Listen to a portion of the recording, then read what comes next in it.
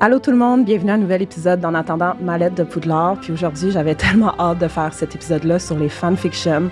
Je l'avais annoncé précédemment dans l'épisode sur les couples, qu'on allait faire ça éventuellement. Puis, je peux dire que j'ai les 3 parfaites invités avec moi aujourd'hui. J'ai Camille Nicole, qui a écrit un mémoire sur les fanfictions d'Harry Potter, fait comme une pro du sujet. Un mémoire dans lequel elle a analysé et comparé 2 courts-métrages de fanfiction qui sont disponibles sur YouTube. Donc, on va pouvoir mieux comprendre le concept et le pourquoi des fanfictions avec Camille. Puis, on a Sabrina et Jessica qui sont 2 animatrices, co-animatrices d'un balado sur les fanfictions et sur la littérature qui s'appelle What the Fic. Je vous invite à aller écouter ça également.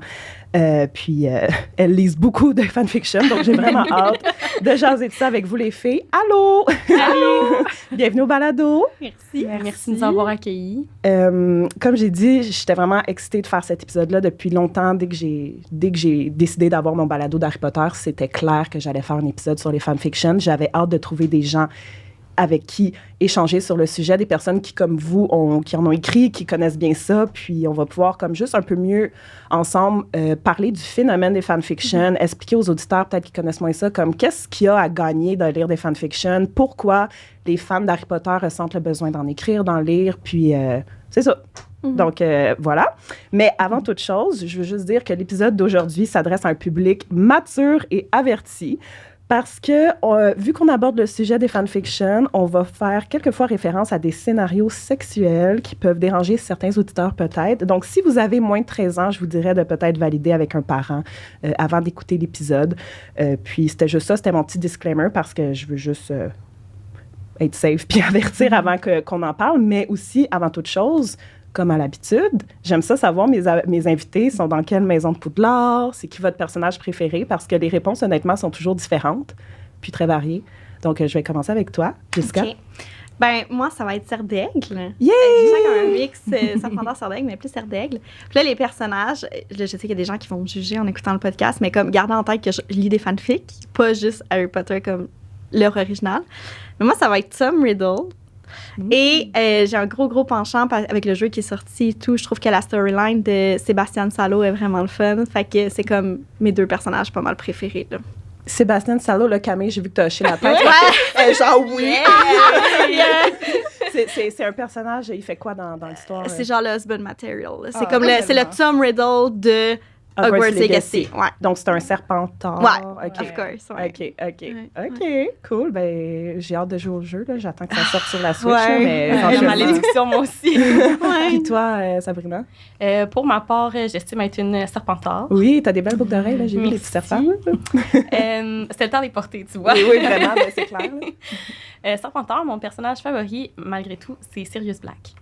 Ah, est-ce que c'est parce que, ben, tu sais, on va peut-être plus en parler tantôt, mais est-ce que les fanfictions qui ont fait que c'est devenu ton personnage préféré ou je pense, avant même? Ben, écoute, c'est sûr que les fanfictions ont définitivement eu un impact parce que c'est un personnage secondaire dans les films et dans les livres. Donc, oui, mais aussi, je pense que Le Prisonnier d'Azkaban, c'était mon film favori. Ben, c'est mon film favori, donc ça n'a pas été difficile, quand j'ai commencé à lire des fanfictions, faire « Drago, Hermione, sérieux? » ça allait de soi, là. Donc, ça a été comme une suite naturelle des choses, puis les fanfictions ont définitivement aidé, par contre. C'est clair. Toi, Camille? Alors, moi, je suis pouf souffle, mais j'aime ça dire que je suis ascendant Serdaigle. Parce que je relate aux deux types, tu sais, un peu...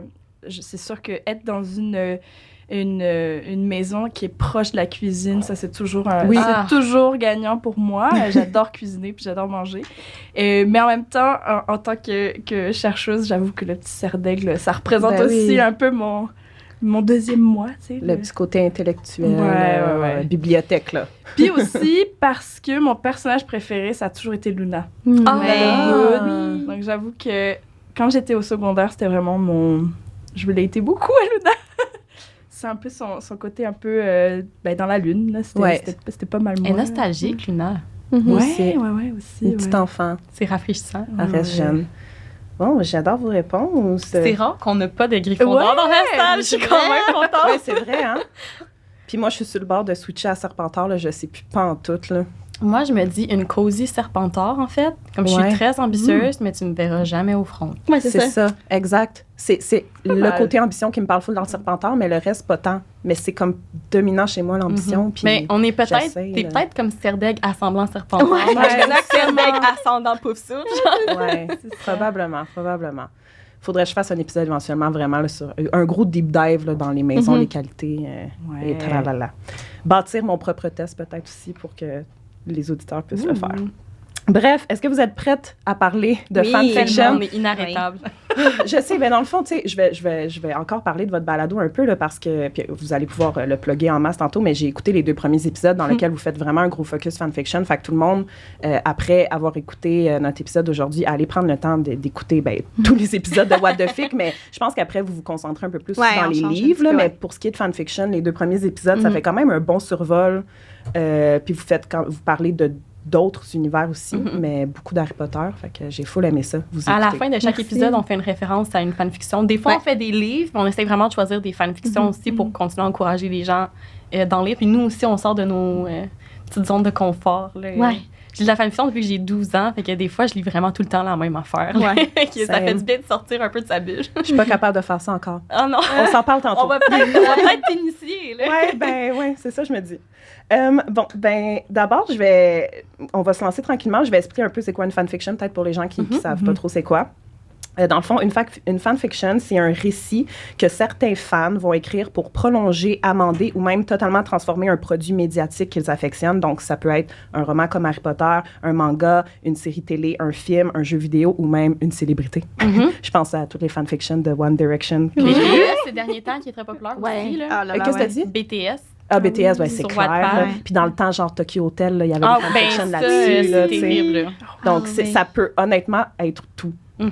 Être tourné en fanfiction, tout ce qui existe. En tout cas. Donc, c'est ça. Puis là, je vais citer ton mémoire.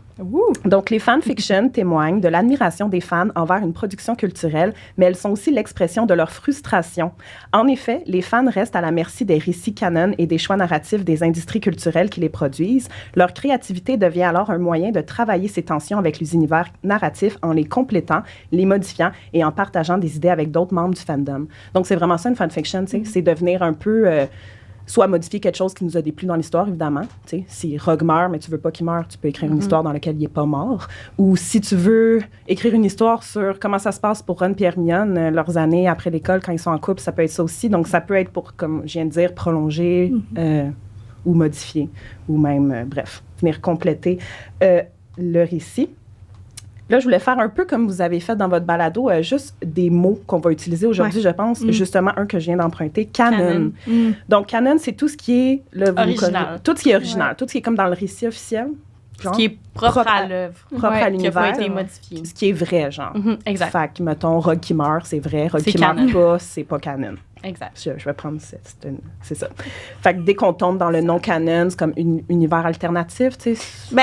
Univers alternatif, c'est plus quand tu sors complètement de l'univers. Fait que, mettons, Harry Potter, les personnages, mais il n'y a pas de magie. OK. C'est pas tout à fait, OK, je comprends. Genre, OK. Ça pourrait être aussi, mettons, Harry Potter, mais les frères Winchester de Supernatural sont là. Puis ils font une chasse aux sorcières. Fait que ça, c'est comme un alternate universe, un crossover.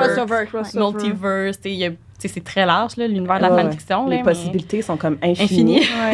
Mais en reparle tantôt aussi. Tout ce qui est plus proche, plus fidèle au texte, on va appeler ça le fanon.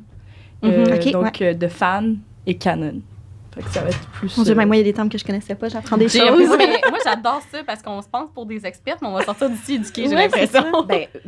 Sans prétention. Donc, par exemple, j'ai vu qu'il y a des fanfictions, c'est une fille qui réécrit tous les tomes d'Harry Potter, mais du point de vue d'Hermione. Donc, dans le fond, c'est canon parce qu'elle change rien à l'histoire principale, mais c'est sûr qu'elle doit en inventer pour que ce soit du point de vue d'Hermione, genre si elle pense ça ou ça, tu sais, fait que c'est considéré canon dans un sens ou pas. Je pense que c'est propre aux auteurs aussi. Si c'était moi, par exemple, qui écrivais ça, je le considérerais comme du canon, mais souvent, j'emprunte le terme auteur pour les fanfictions parce que c'est du travail en tabarnouche. On écrit des fanfictions, je pense qu'ils le méritent amplement, ce titre-là. Vont écrire des notes avant ou après les chapitres pour expliquer un peu qu'est-ce qu'il y en est. Ouais, leur choix. C'est ça, fait que le lecteur peut décider, j'imagine, à un certain point, de dire « Ah, moi, je considère ça comme du canon ou du fanon ou alternate universe. » Il y a un point que tu nommes qui est assez intéressant, c'est ça va être l'auteur qui va choisir que ça va être du canon ou du fanon. Ben, c'est un peu ça dans... Je veux pas sonner trop scientifique, mais dans la littérature scientifique, on nomme en fait que le canon, c'est plus les fans qui le choisissent que les industries culturelles. C'est-à-dire que les industries culturelles, elles vont faire leur petite production, puis elles vont même pas choisir ce qui est dedans ou non. D'ailleurs, il y a des conversations sur le fait, est-ce qu'on considère Hogwarts Legacy, le jeu, comme canon ou pas? Donc là, au final, c'est plus les fans qui choisissent la limite entre T'as raison, ouais. parce que, tu sais, moi, personnellement, mettons, Harry Potter and the Cursed Child, je le considère pas canon. Je sais même que dans Star Wars, il y a beaucoup de monde qui considère pas le 7, 8, 9 comme canon, tu sais. Fait que c'est, en effet, on dirait c'est la parole des fans contre la volonté de la production en tant que des studios. Parfait pour canon. Ship. C'est un pairing amoureux. Donc, tu sais, par exemple, le ship Drago-Hermione, Dramione. Donc, tu sais, tu fais même un nom avec les deux noms. Ou ça peut devenir un verbe. Je les ship ensemble. Moi, je les ship pas ensemble. Donc, on dit ship has sailed, qui est utilisé beaucoup aussi. The ship has sailed, quand les gens de la fanfiction sont enfin ensemble. La section commentaires, c'est juste The ship has sailed. C'est comme ça. Ils sont partis en croisade. J'adore ça. Puis fandom, ben, ça désigne le regroupement des fans de l'œuvre originale. Donc, nous, on est tous dans le fandom Harry Potter. Donc, tout le monde qui se considère fan d'Harry Potter fait partie du fandom. Donc, c'est ça. Principalement, tu sais, les fanfictions, on attribue ça à une œuvre écrite. Mais là, en lisant ton mémoire, tu sais, j'ai bien vu que tout ce qui est fan art, puis les courts-métrages que tu as analysés, bref, tout ce qui est de la création de fans en utilisant du contenu canon, c'est considéré comme de la fanfiction. Puis là, je voulais voir avec toi, est-ce que les parodies, ce serait considéré comme de la fanfiction? Je pense à A Very Potter Musical. Je sais pas si les gens connaissent ça. Tu sais, est-ce que... Ouais. Alors, en fait, ça va pas être considéré comme la fanfiction. Ça va être considéré comme des créations de fans ou des productions de fans. La fanfiction, ça va être plutôt un moment donné où on va toucher à la narration plus. Donc, la parodie, c'est un peu à la limite. Mais c'est ça qui est intéressant en étudiant les fanfictions, c'est que, en fait, on se rend compte que c'est beaucoup un choix de où mettre la limite. Ouais. Donc, moi, la parodie, je la considérais, moi, en tant que personne, là, pas vraiment comme des fanfictions, comme je pense qu'on va parler aujourd'hui. Mais, toi, par exemple, dans mon mémoire, j'analyse des courts-métrages, puis ça a souvent pas été considéré comme des fanfictions. Donc, ça, c'est aussi un point intéressant. Donc, moi, les parodies comme celles que tu as mentionnées, je les considérais pas comme des fanfictions, mais plus des créations de fans. OK. C'est bon, je comprends. Mais, tu sais, moi, en effet, j'associais full fanfiction avec œuvre écrite. Puis là, quand ça faisait full de sens que les courts-métrages que tu analysais, qui est vraiment comme... mettons, l'ascension de Voldemort au pouvoir, puis tout ça, dans lequel il inclut des nouveaux personnages. C'est une fanfiction juste en audiovisuel, tu sais. Ouais, c'est vrai. Ça, c'est mon trip. Ça. Le phénomène des fanfictions d'Harry Potter est énorme dans le monde. Incroyable. Sur fanfiction.net, qui est un site avec comme des millions de fanfictions, il y en a 845 000 d'Harry Potter, puis ça domine sur tous les autres univers. Je pense que la deuxième place, c'est genre Naruto avec 400 000, t'as Twilight 200 000, puis ça, c'est sans compter toutes les autres qui se trouvent sur Wattpad ou sur AO3. Là, j'ai appris ça aujourd'hui. Archive of Our Own. Archive of Our Own, il faut dire AO3. Ouais. Donc ça, c'est 3 sites comme c'est les 3 gros, vous me confirmez, pour chercher des fanfictions. Puis, c'est ça, les fanfictions, c'est comme des livres, il y en a pour tous les goûts. Humour, tragédie, romance, aventure. Puis, chaque fanfiction détient un rating. On pourra peut-être en parler plus en détail tantôt, mais vraiment pour avertir le lecteur ou pour que vous sachiez, tu sais, qu'est-ce qui va se passer un peu dans le récit, justement, peut-être plus au niveau sexuel, justement. Là. Est-ce que ça reste très de base ou ça va être très, très explicite ce que vous allez lire? Donc, les ratings, c'est K, K+, T, M, MA. Puis, par exemple, T, c'est considéré 13 ans et plus. K, c'est pour tous. Je ne sais pas si vous avez quelque chose à dire. Je regarde tellement pas les ratings. Moi, je regarde plus les hashtags. Ouais. OK, vous en tags, avant de lire une fanfiction, vous ne regardez pas vraiment le rating. Non, je regarde plus les tags, parce que c'est là que, mettons, tu vas avoir les trigger warnings. OK. Fait qu'il y a ça aussi. Ouais. Des trigger warnings, parce que oui, en effet, j'ai déjà lu des trucs d'Harry Potter, c'était un peu intense. Ça peut être très gory. Tombait dans le viol. Oui, c'est ça. Donc, au fur et à mesure que les auteurs vont écrire leur fanfiction, ils vont mettre à jour leur hashtag pour avertir les lecteurs. Ouais. Pour ma part, je regarde est-ce que la fanfiction est complétée. J'en ai vraiment rien à cirer de lire quelque chose qui est en cours. Ça peut prendre 10 ans avant qu'une fanfiction soit terminée. C'est fou. C'est fou. Je m'embarque pas là-dedans. Tu vois la date. Ça a commencé en 2013, puis c'est pas encore fini. Je suis comme, OK, je vais pas m'embarquer là-dedans. Je viens d'en lire une qui a commencé en 2012 et elle l'a terminée en 2022 et elle fait 1800 pages. J'étais épuisée à la fin. C'est genre 400 000 mots. Love in Time of a Zombie Apocalypse. Je l'ai pas encore lu. C'est quel univers? C'est canon jusqu'après la bataille à Poudlard. Ah, OK, en fait, c'est que la bataille à Poudlard a lieu. C'est un peu nébuleux comment ça se termine. Je pense que c'est un peu... La fin, elle a été alternée un peu, mais après 2 ans après la bataille de Poudlard, en fait, il y a un virus. On est peut-être encore un peu trop dedans pour que je le mentionne, mais il y a un virus qui ravage la Terre, en fait, puis c'est des zombies. Fait que c'est un peu... Harry Potter rencontre World War Z, puis Hermione et Drago se retrouvent dans le cœur de l'équipe scientifique qui cherche la cure. Mais Drago est dark, là. Très, très dark, là. C'est... Faut pas s'attacher à personne, là. C'est très rough, là. J'étais épuisée quand je l'ai fini. Puis c'est populaire comme fanfic? C'est une des fanfics les plus recommandées présentement parce que ça fait 1 an qu'elle est terminée. Fait que les gens commencent enfin à la lire puis à s'en recommander. Bon, je voulais pas faire une recommandation tout de suite, là. Non, mais c'est correct, wow. Mais il y a beaucoup de les monde trigger warnings, c'est quasiment 1 page de long, là. C'est très, très long, là. Il y a beaucoup de monde qui l'ont fait en bookbinding aussi, là. Ça veut dire quoi? Ça, dans le fond, c'est des personnes qui vont prendre la fanfic, qui vont l'imprimer puis qui en font des livres physiques. Fait que tu peux avoir des livres physiques. Ça prouve à quel point c'est bon, tu sais. Tu te dis, s'ils vont jusque-là, c'est parce que c'est ça. You wish it was a book. Quelque part aussi, je pense que les gens ont peur que les auteurs retirent les fanfictions des sites. Non, mais sur Reochu, tu peux pas la retirer. Ben, si c'est toi qui l'as mis, oui. Ah ouais? OK. Ouais. En fait, tu vois, ici, il y a quand même un danger là-dessus. Puis là, peut-être que je dévie, mais... Dans le cas de 50 Shades of Grey, c'est ça qui s'est passé. C'est qu'elle a retiré complètement sa fanfiction pour aller la vendre. Puis ça crée un scandale énorme dans la communauté de fans. Fait qu'elle n'a plus trop aimé. Donc ça, c'est toujours un stress. J'ai pu remarquer ça. C'est un stress que les gens ont. 50 Shades, c'était Twilight. C'était Twilight, ouais. Il y a beaucoup de livres qui commencent de plus en plus en fanfiction. After, c'était ça aussi, une fanfiction sur Harry Styles. Comment il s'appelle le livre avec la scientifique là, qui est une Kalo? J'ai un The Love Hypothesis. The Love Hypothesis, c'est une fanfiction de Star Wars. Kylo Ren, qui a été retiré, je pense, de Wattpad, puis les noms ont été changés, mais les descriptions des personnages sont carrément les mêmes.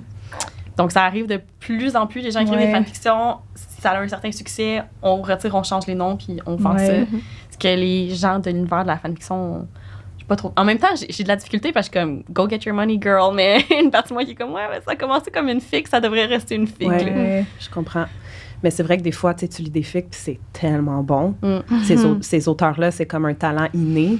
Puis je peux comprendre de faire de l'argent avec ça au final, avec leur talent, mais au pire, c'est ça, écrire autre chose. T'as été capable de le faire une fois, fais-le une autre fois, mais avec du contenu original. Exact.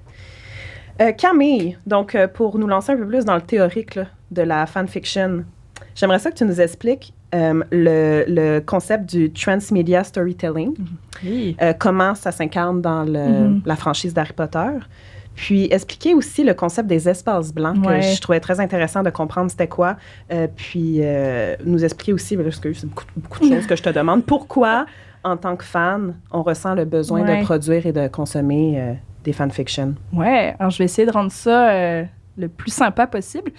En fait, le transmedia storytelling, ben, c'est qu'aujourd'hui, c'est vachement compliqué pour les industries culturelles de garder l'attention du public, puis aussi d'attirer des nouveaux publics. Donc, ce qu'on essaie de mettre en place, c'est une stratégie qui est marketing, mais aussi narrative. Et ça va être d'étendre un univers sur plusieurs plateformes médiatiques. Donc, on fait pas juste on fait pas juste d'autres séries de livres. On va aller, dans le cas d'Harry Potter, faire des films, faire une pièce de théâtre, un jeu vidéo. Il y a aussi la plateforme Pottermore qui a changé de nom depuis. Tout ça, ça rentre dans une stratégie de transmedia storytelling, dont le but est de garder l'attention du public pour le pousser à consommer encore plus.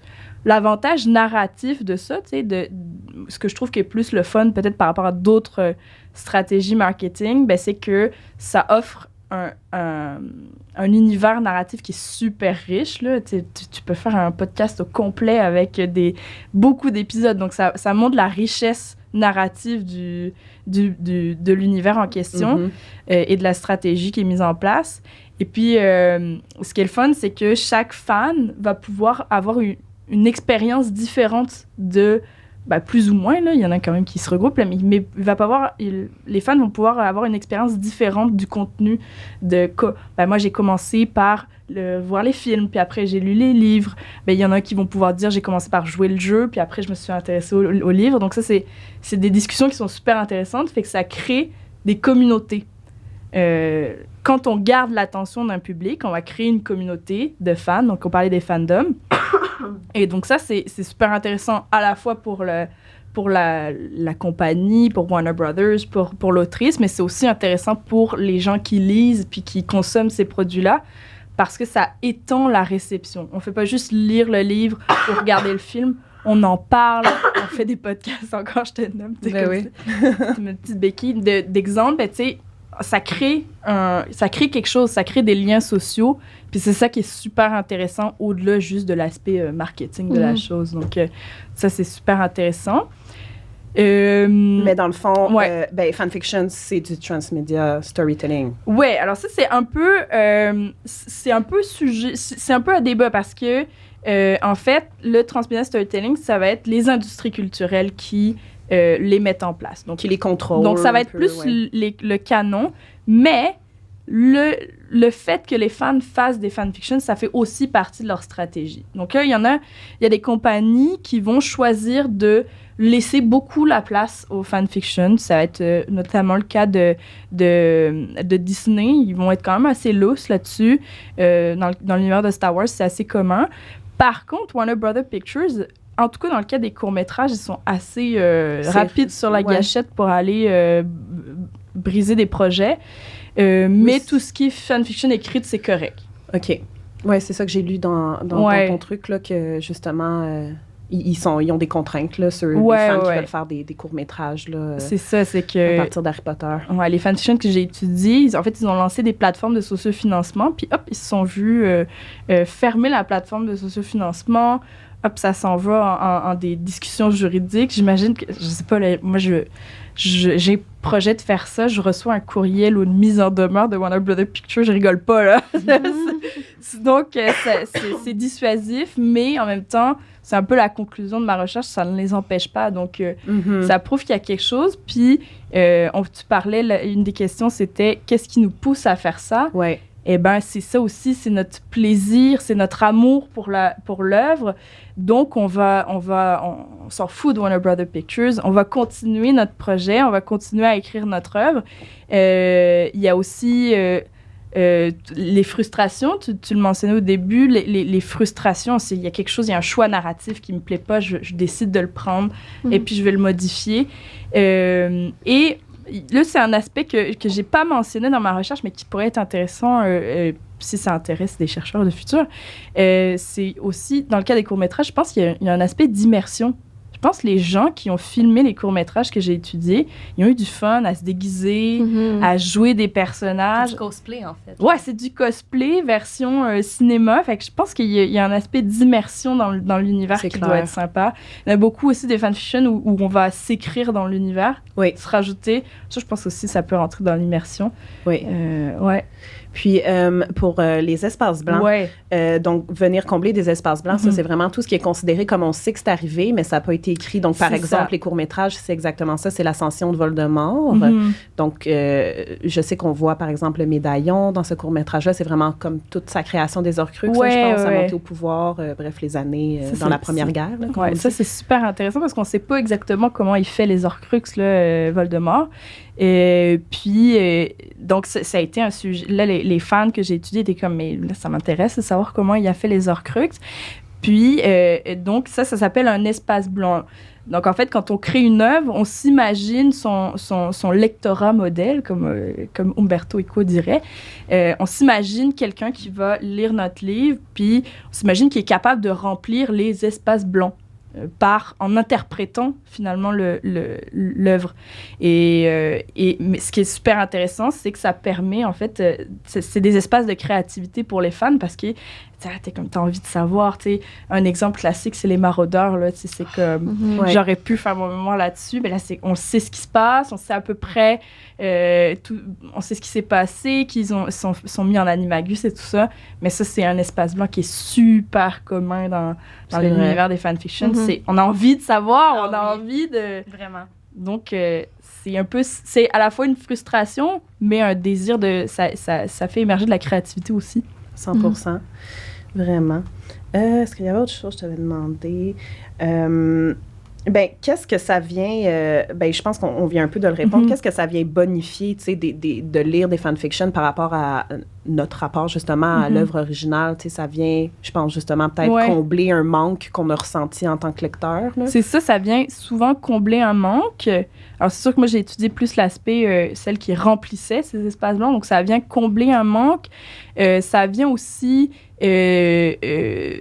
ça vient aussi créer un sentiment de communauté. Ça c'est un peu moins, je l'ai un peu moins mentionné, mais je constate quand même que ça vient jouer dans la nostalgie. Dans les fanfictions que j'ai étudiées, je regardais les commentaires sur YouTube, puis là, ça était comme « Oh là là, c'est super bien fait, ça m'a donné le goût. » J'ai re-regardé les films juste après. Donc, ça vient combler, ça vient aussi jouer sur la nostalgie. C'est un peu un réconfort, finalement, aussi, des deux bords, tu sais, à la fois de créer, puis de les lire, ça vient jouer sur ce réconfort de l'univers. On est bien dans notre petite couette Harry Potter.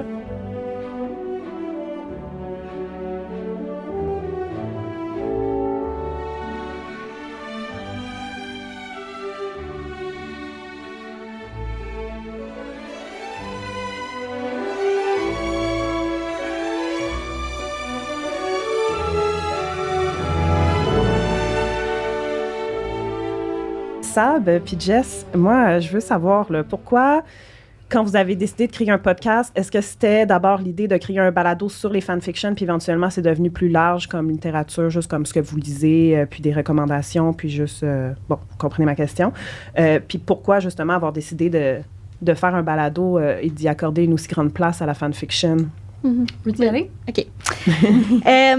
Dans le fond, je pense que c'est, tu sais, de mon côté, les deux, moi et Sab, on écrit beaucoup. Fait que ça a tout le temps été comme dans notre univers. On lit énormément. Surtout ça, pendant la pandémie, elle a lu genre 200 livres en une année. Là. C'était comme incroyable. On n'avait rien à faire, gars. Ouais, c'est ça. Mais wow! Fait qu'on est comme, déjà, moi, j'avais un compte Instagram, comme Bookstagram, que je parlais des livres et tout. Puis, dans le fond, j'avais lancé à Sab, j'avais dit, écoute, ça m'intéresserait de faire un podcast sur la littérature. Puis c'est elle qui a eu l'idée. Elle a dit, mais pourquoi on tournerait pas ça des fanfictions pour faire différent? Puis c'est vrai que les fanfictions, on en a lu énormément. Puis comme j'ai vraiment reconnecté aux fanfictions grâce au podcast, chose que je suis contente. Tu sais, là, on dit ça sans gêne, là, s'il vous plaît, jugez-moi pas, mais comme les premières fanfictions que j'ai lues, je pense que j'avais 12-13 ans, puis c'était genre sur Naruto, là, tu sais, c'était que... Mais c'est pas super, moi, c'était sur les Jonas Brothers, c'était un peu plus gênant, là. C'est ça, tu sais. Fait que c'est vraiment à partir de là qu'on a eu comme notre rapport sur le podcast. Puis, un peu comme l'a mentionné Camille, je trouve que dans l'univers d'Harry Potter, honnêtement, mettons, on va en parler plus tard, mais ma fascination avec Tom Riddle, c'est vraiment le fait que je trouve que dans l'œuvre générale, c'est un personnage qui est plus unidimensionnel. Puis je trouve que les fanfics vont vraiment ajouter, tu sais, ils vont hyper développer le background, hyper développer le personnage, puis qu'ils le rendent beaucoup plus morally grey. Tu sais, il y a des fanfics. D'habitude, j'aime pas les fanfics où ils le rendent gentil, là. Je veux dire, Tom Riddle, il est pas juste purement méchant. C'est ça qui est le fun, c'est comme de comprendre d'où vient le personnage.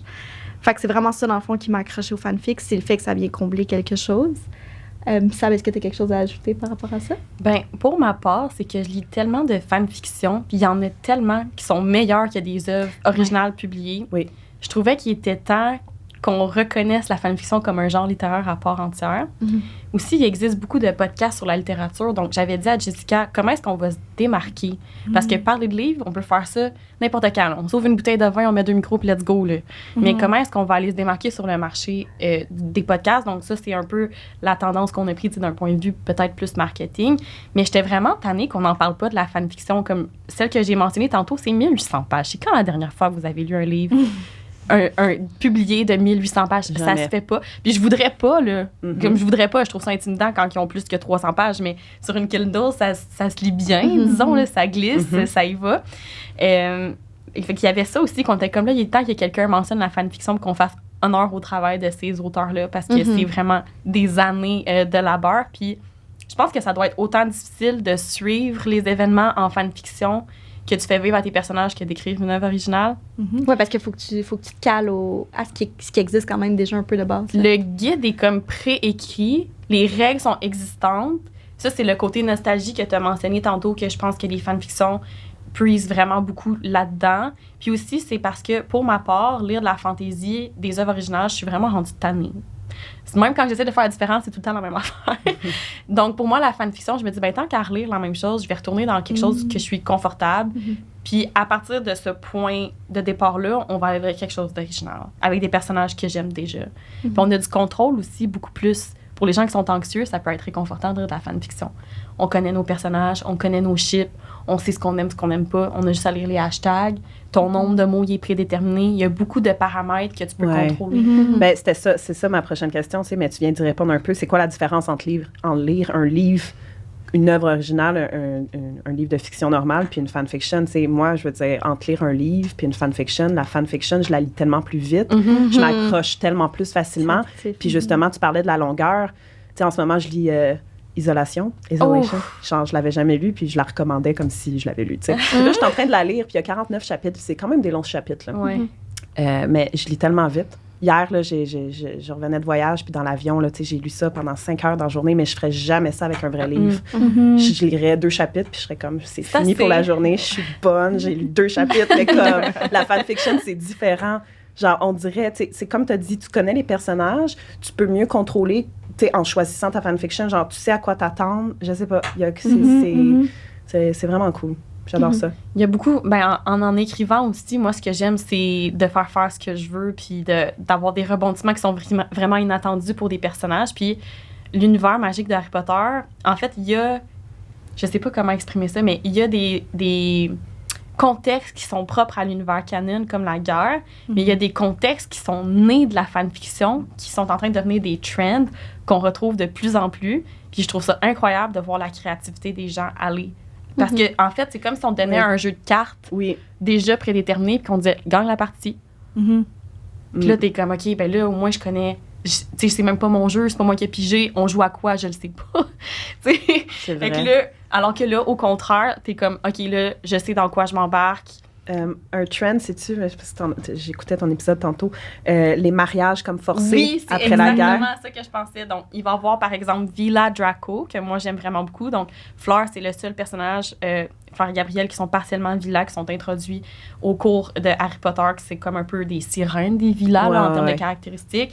Donc, il y a Villa Draco, donc il rencontre son âme sœur, tombe en amour. Une fois qu'il a été trigger, par contre, par sa rencontre avec son âme sœur, il fait juste penser à elle, nanana. Donc, il y a Villa Draco qui est une trend. Marriage Law Fic, qu'on appelle aussi, qui est post-guerre, le gouvernement magique en place décide de forcer les gens à se marier pour avoir plus d'enfants magiques et repeupler la population. Donc, il y a une personne qui a écrit une fanfic comme ça à un moment donné, puis les gens ont tellement aimé le concept qu'ils l'ont repris à leur sauce. C'est vraiment impressionnant à voir. C'est un bon concept, puis il y a plein de possibilités. Fait que justement, tu peux faire plein de couples à travers ce format-là qui est super bon, cette idée de base. À travers ça, on a la proximité forcée, les ennemis to lovers. Ça, c'est plus des trends de livresque en général. Oui, c'est ça. Mais on va les retrouver sous ces... C'est des thèmes qui reviennent sous ces thématiques-là, en fait. Par rapport à Harry Potter, il y a aussi le thème, surtout dans les tomions, Sir Hermione, ou c'est Sirius Hermione, Rogue Hermione. Il y a beaucoup les retours dans le temps qu'on voit beaucoup ici. Puis, tu sais, je trouve que, mettons, dans les Tom Riddle, Hermione, tu sais, en tout cas, il y a une fanfic tantôt que je vais recommander encore une fois qui est comme la meilleure fanfic que j'ai jamais lue. Puis, mais non, mais je l'ai fait lire à Sam puis elle l'aimait aussi. Mais c'est ça, c'est le retour dans le temps. Puis c'est comme vraiment beaucoup mis à l'avant. Là. Toutes les fanfics quasiment des maraudeurs, on voit beaucoup, soit juste l'univers des maraudeurs, mais si on ajoute un personnage comme du Golden Trio, par exemple, ben on sait souvent des retours dans le temps. Le retour dans le temps est souvent utilisé, je pense, pour venir arranger la différence d'âge entre Hermione, je vais dire souvent Hermione, puis bon, Sirius ou Rogue ou Tom Riddle, justement, ce qui est une bonne avenue à prendre. La première fanfiction que j'ai lue ever, c'était Severus Hermione dans le passé. OK, dans le passé, je me pensais un truc comme as is. Non, mais après, c'est devenu ça parce que là, j'ai comme accroché, puis j'en lisais plein, mais c'était le retour dans le temps au début. Fait que ça avait été ma... j'allais le dire tantôt, mais... La différence d'âge, c'est un thème qui est abordé souvent aussi. Oui. Puis je sais qu'il y a des gens qui pensent que c'est propre à l'univers d'Harry Potter, mais je veux juste faire une référence à Un palais d'épines de rose. Notre personnage principal a 17 ans et tous ses intérêts romantiques ont genre 400 ans. Là. Ça, c'est un roman... Ça, c'est un roman fantasy. Il y a beaucoup de gens qui vont critiquer la fanfiction à cause des différences d'âge dans les personnages. Il existe des fanfictions où Hermione et Rogue tombent en amour une fois qu'Hermione a terminé ses études, qu'elle devient enseignante à Poudlard, par exemple. Ouais. La différence d'âge reste telle quelle. mais il n'y a pas le rapport d'autorité. Plus acceptable. C'est ça, parce qu'elle est une adulte, puis on s'entend pour dire que tu vieillis un petit peu plus vite quand tu traverses une guerre. Il y a beaucoup de gens qui vont avoir des problèmes avec cette différence d'âge-là. La beauté de la fanfiction, c'est que t'es pas obligé de la lire. C'est exactement ça, tu sais. Moi, Severus puis Hermione, mais j'allais en parler tantôt, mais c'est correct, je vais le dire. Je sais pas, je suis tombée là-dessus parce que je venais de lire le 7e tome, j'étais comme obsédée par Rogue soudainement, puis l'amour qu'il y avait pour Lily, puis j'avais comme fait des recherches Google, puis je savais même pas c'était quoi une fanfiction, puis là, j'étais tombée sur un Skyrock où il y avait une fanfiction de Retour dans le temps de Rogue Hermione, puis j'avais commencé à lire ça, puis j'étais genre, voyons donc, c'est bien bon. Fait qu'après, j'en avais lu d'autres, tu sais. D'autres étant, des fois, malheureusement, elle était élève, puis il était prof, mais on dirait... Dans ma tête de petite fille de 14 ans, je voulais tellement sortir avec Rogue que c'était correct que je faisais quelque chose qu'elle a réussi à le faire. Fait que, tu sais, c'est sûr, des fois, ça tombait dans le sexe. Puis là, j'étais comme, je connaissais même pas ça. Puis j'étais genre, je comprenais pas ce que je lisais. Fait que c'était comme de me trouver là-dedans des fanfictions où c'était correct, même si, oui, il était prof. Puis, mettons, elle était en 7e année. Là, c'était comme, OK, il a 17 ans. Là.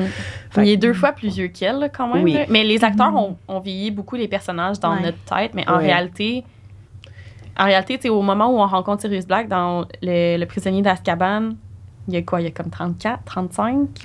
Il y a début trentaine, puis elle a 13, 14. Mais il y a aussi, tu sais, moi, à 14 ans, une fille de 17 ans, c'était une adulte. Fait que j'étais comme parfait. Tu sais, il y a plein de petits concepts de même, de perception que ça rendait... en tout cas. Mais quelque chose qu'il faut considérer si jamais la tranche d'âge est conservée dans les fanfictions, c'est que dans l'univers magique, les gens vivent beaucoup plus vieux.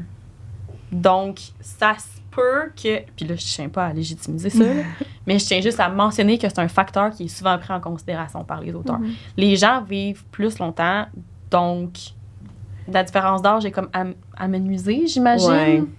Il faut ajouter aussi que c'est de la fiction. Je pense pas qu'un livre de fiction, tu sais, je veux dire, oui, OK, bon, il y a le côté que ça peut banaliser des choses. Il y a certaines choses en fiction, je suis comme bof, là, mettons, vite, c'est la dark romance, c'est bien pire que, genre, des fanfictions d'Harry Potter, tu sais.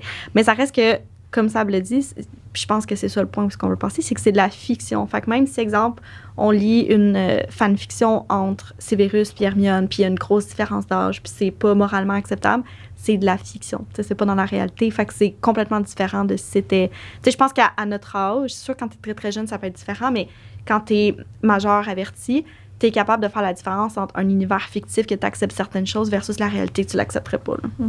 Puis l'affaire aussi, c'est que la fanfiction, ça existe pour faire vivre les fantasmes des gens. T'sais, on a comme de la misère à l'admettre. Les gens sont comment de la fanfiction? Ça doit être juste du contenu à caractère sexuel. Oui, il y en a beaucoup, mais les gens utilisent la fanfiction pour explorer leurs propres fantasmes. Fait que si quelqu'un, son fantasme, c'est la différence d'âge ou un rapport d'autorité, ben ça se peut qu'il utilise l'univers de Harry Potter pour vivre à travers ces personnages-là. Mon chum a 20 ans de plus que moi, puis c'est mon ancien boss. Oh mon Dieu! Fait que là, c'est sûr. T'as-tu un guide? Mais ça a peut-être 0 rapport, mais en tout cas. C'est ma meilleure relation. C'est correct. C'est bien correct. Bref. Tu viens un peu de le dire, là. Il y en a pour qui n'ont pas eu cette opportunité-là.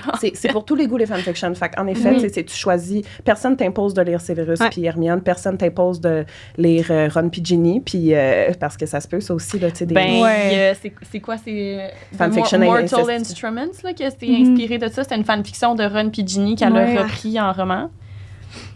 Ouais, non, mais ça part de plus loin. Il y a beaucoup de gens qui consomment des matériaux en ne sachant pas ça vient d'où. Oui, c'est ça. Avec ce processus de rachat, ils sont obligés de changer les noms puis de changer les choses. Donc, fait que il y en a beaucoup. Il y a Carry On de Rainbow Rowell aussi, qui est... Ben, en fait, là, c'est comme vraiment méta parce qu'elle a écrit un livre sur une fiction sur une fille qui écrivait des fanfictions, dans laquelle elle introduit une fanfiction sur Harry Potter. Je sais pas si vous me suivez. Ouais, OK, c'est comme Inception, mais fanfiction. C'est ça. Fait que là, après ça, elle dit ça, ses fans, à elle, ont beaucoup aimé. Donc, elle a continué ce petit bout de fanfiction qu'elle avait débuté dans un petit chapitre.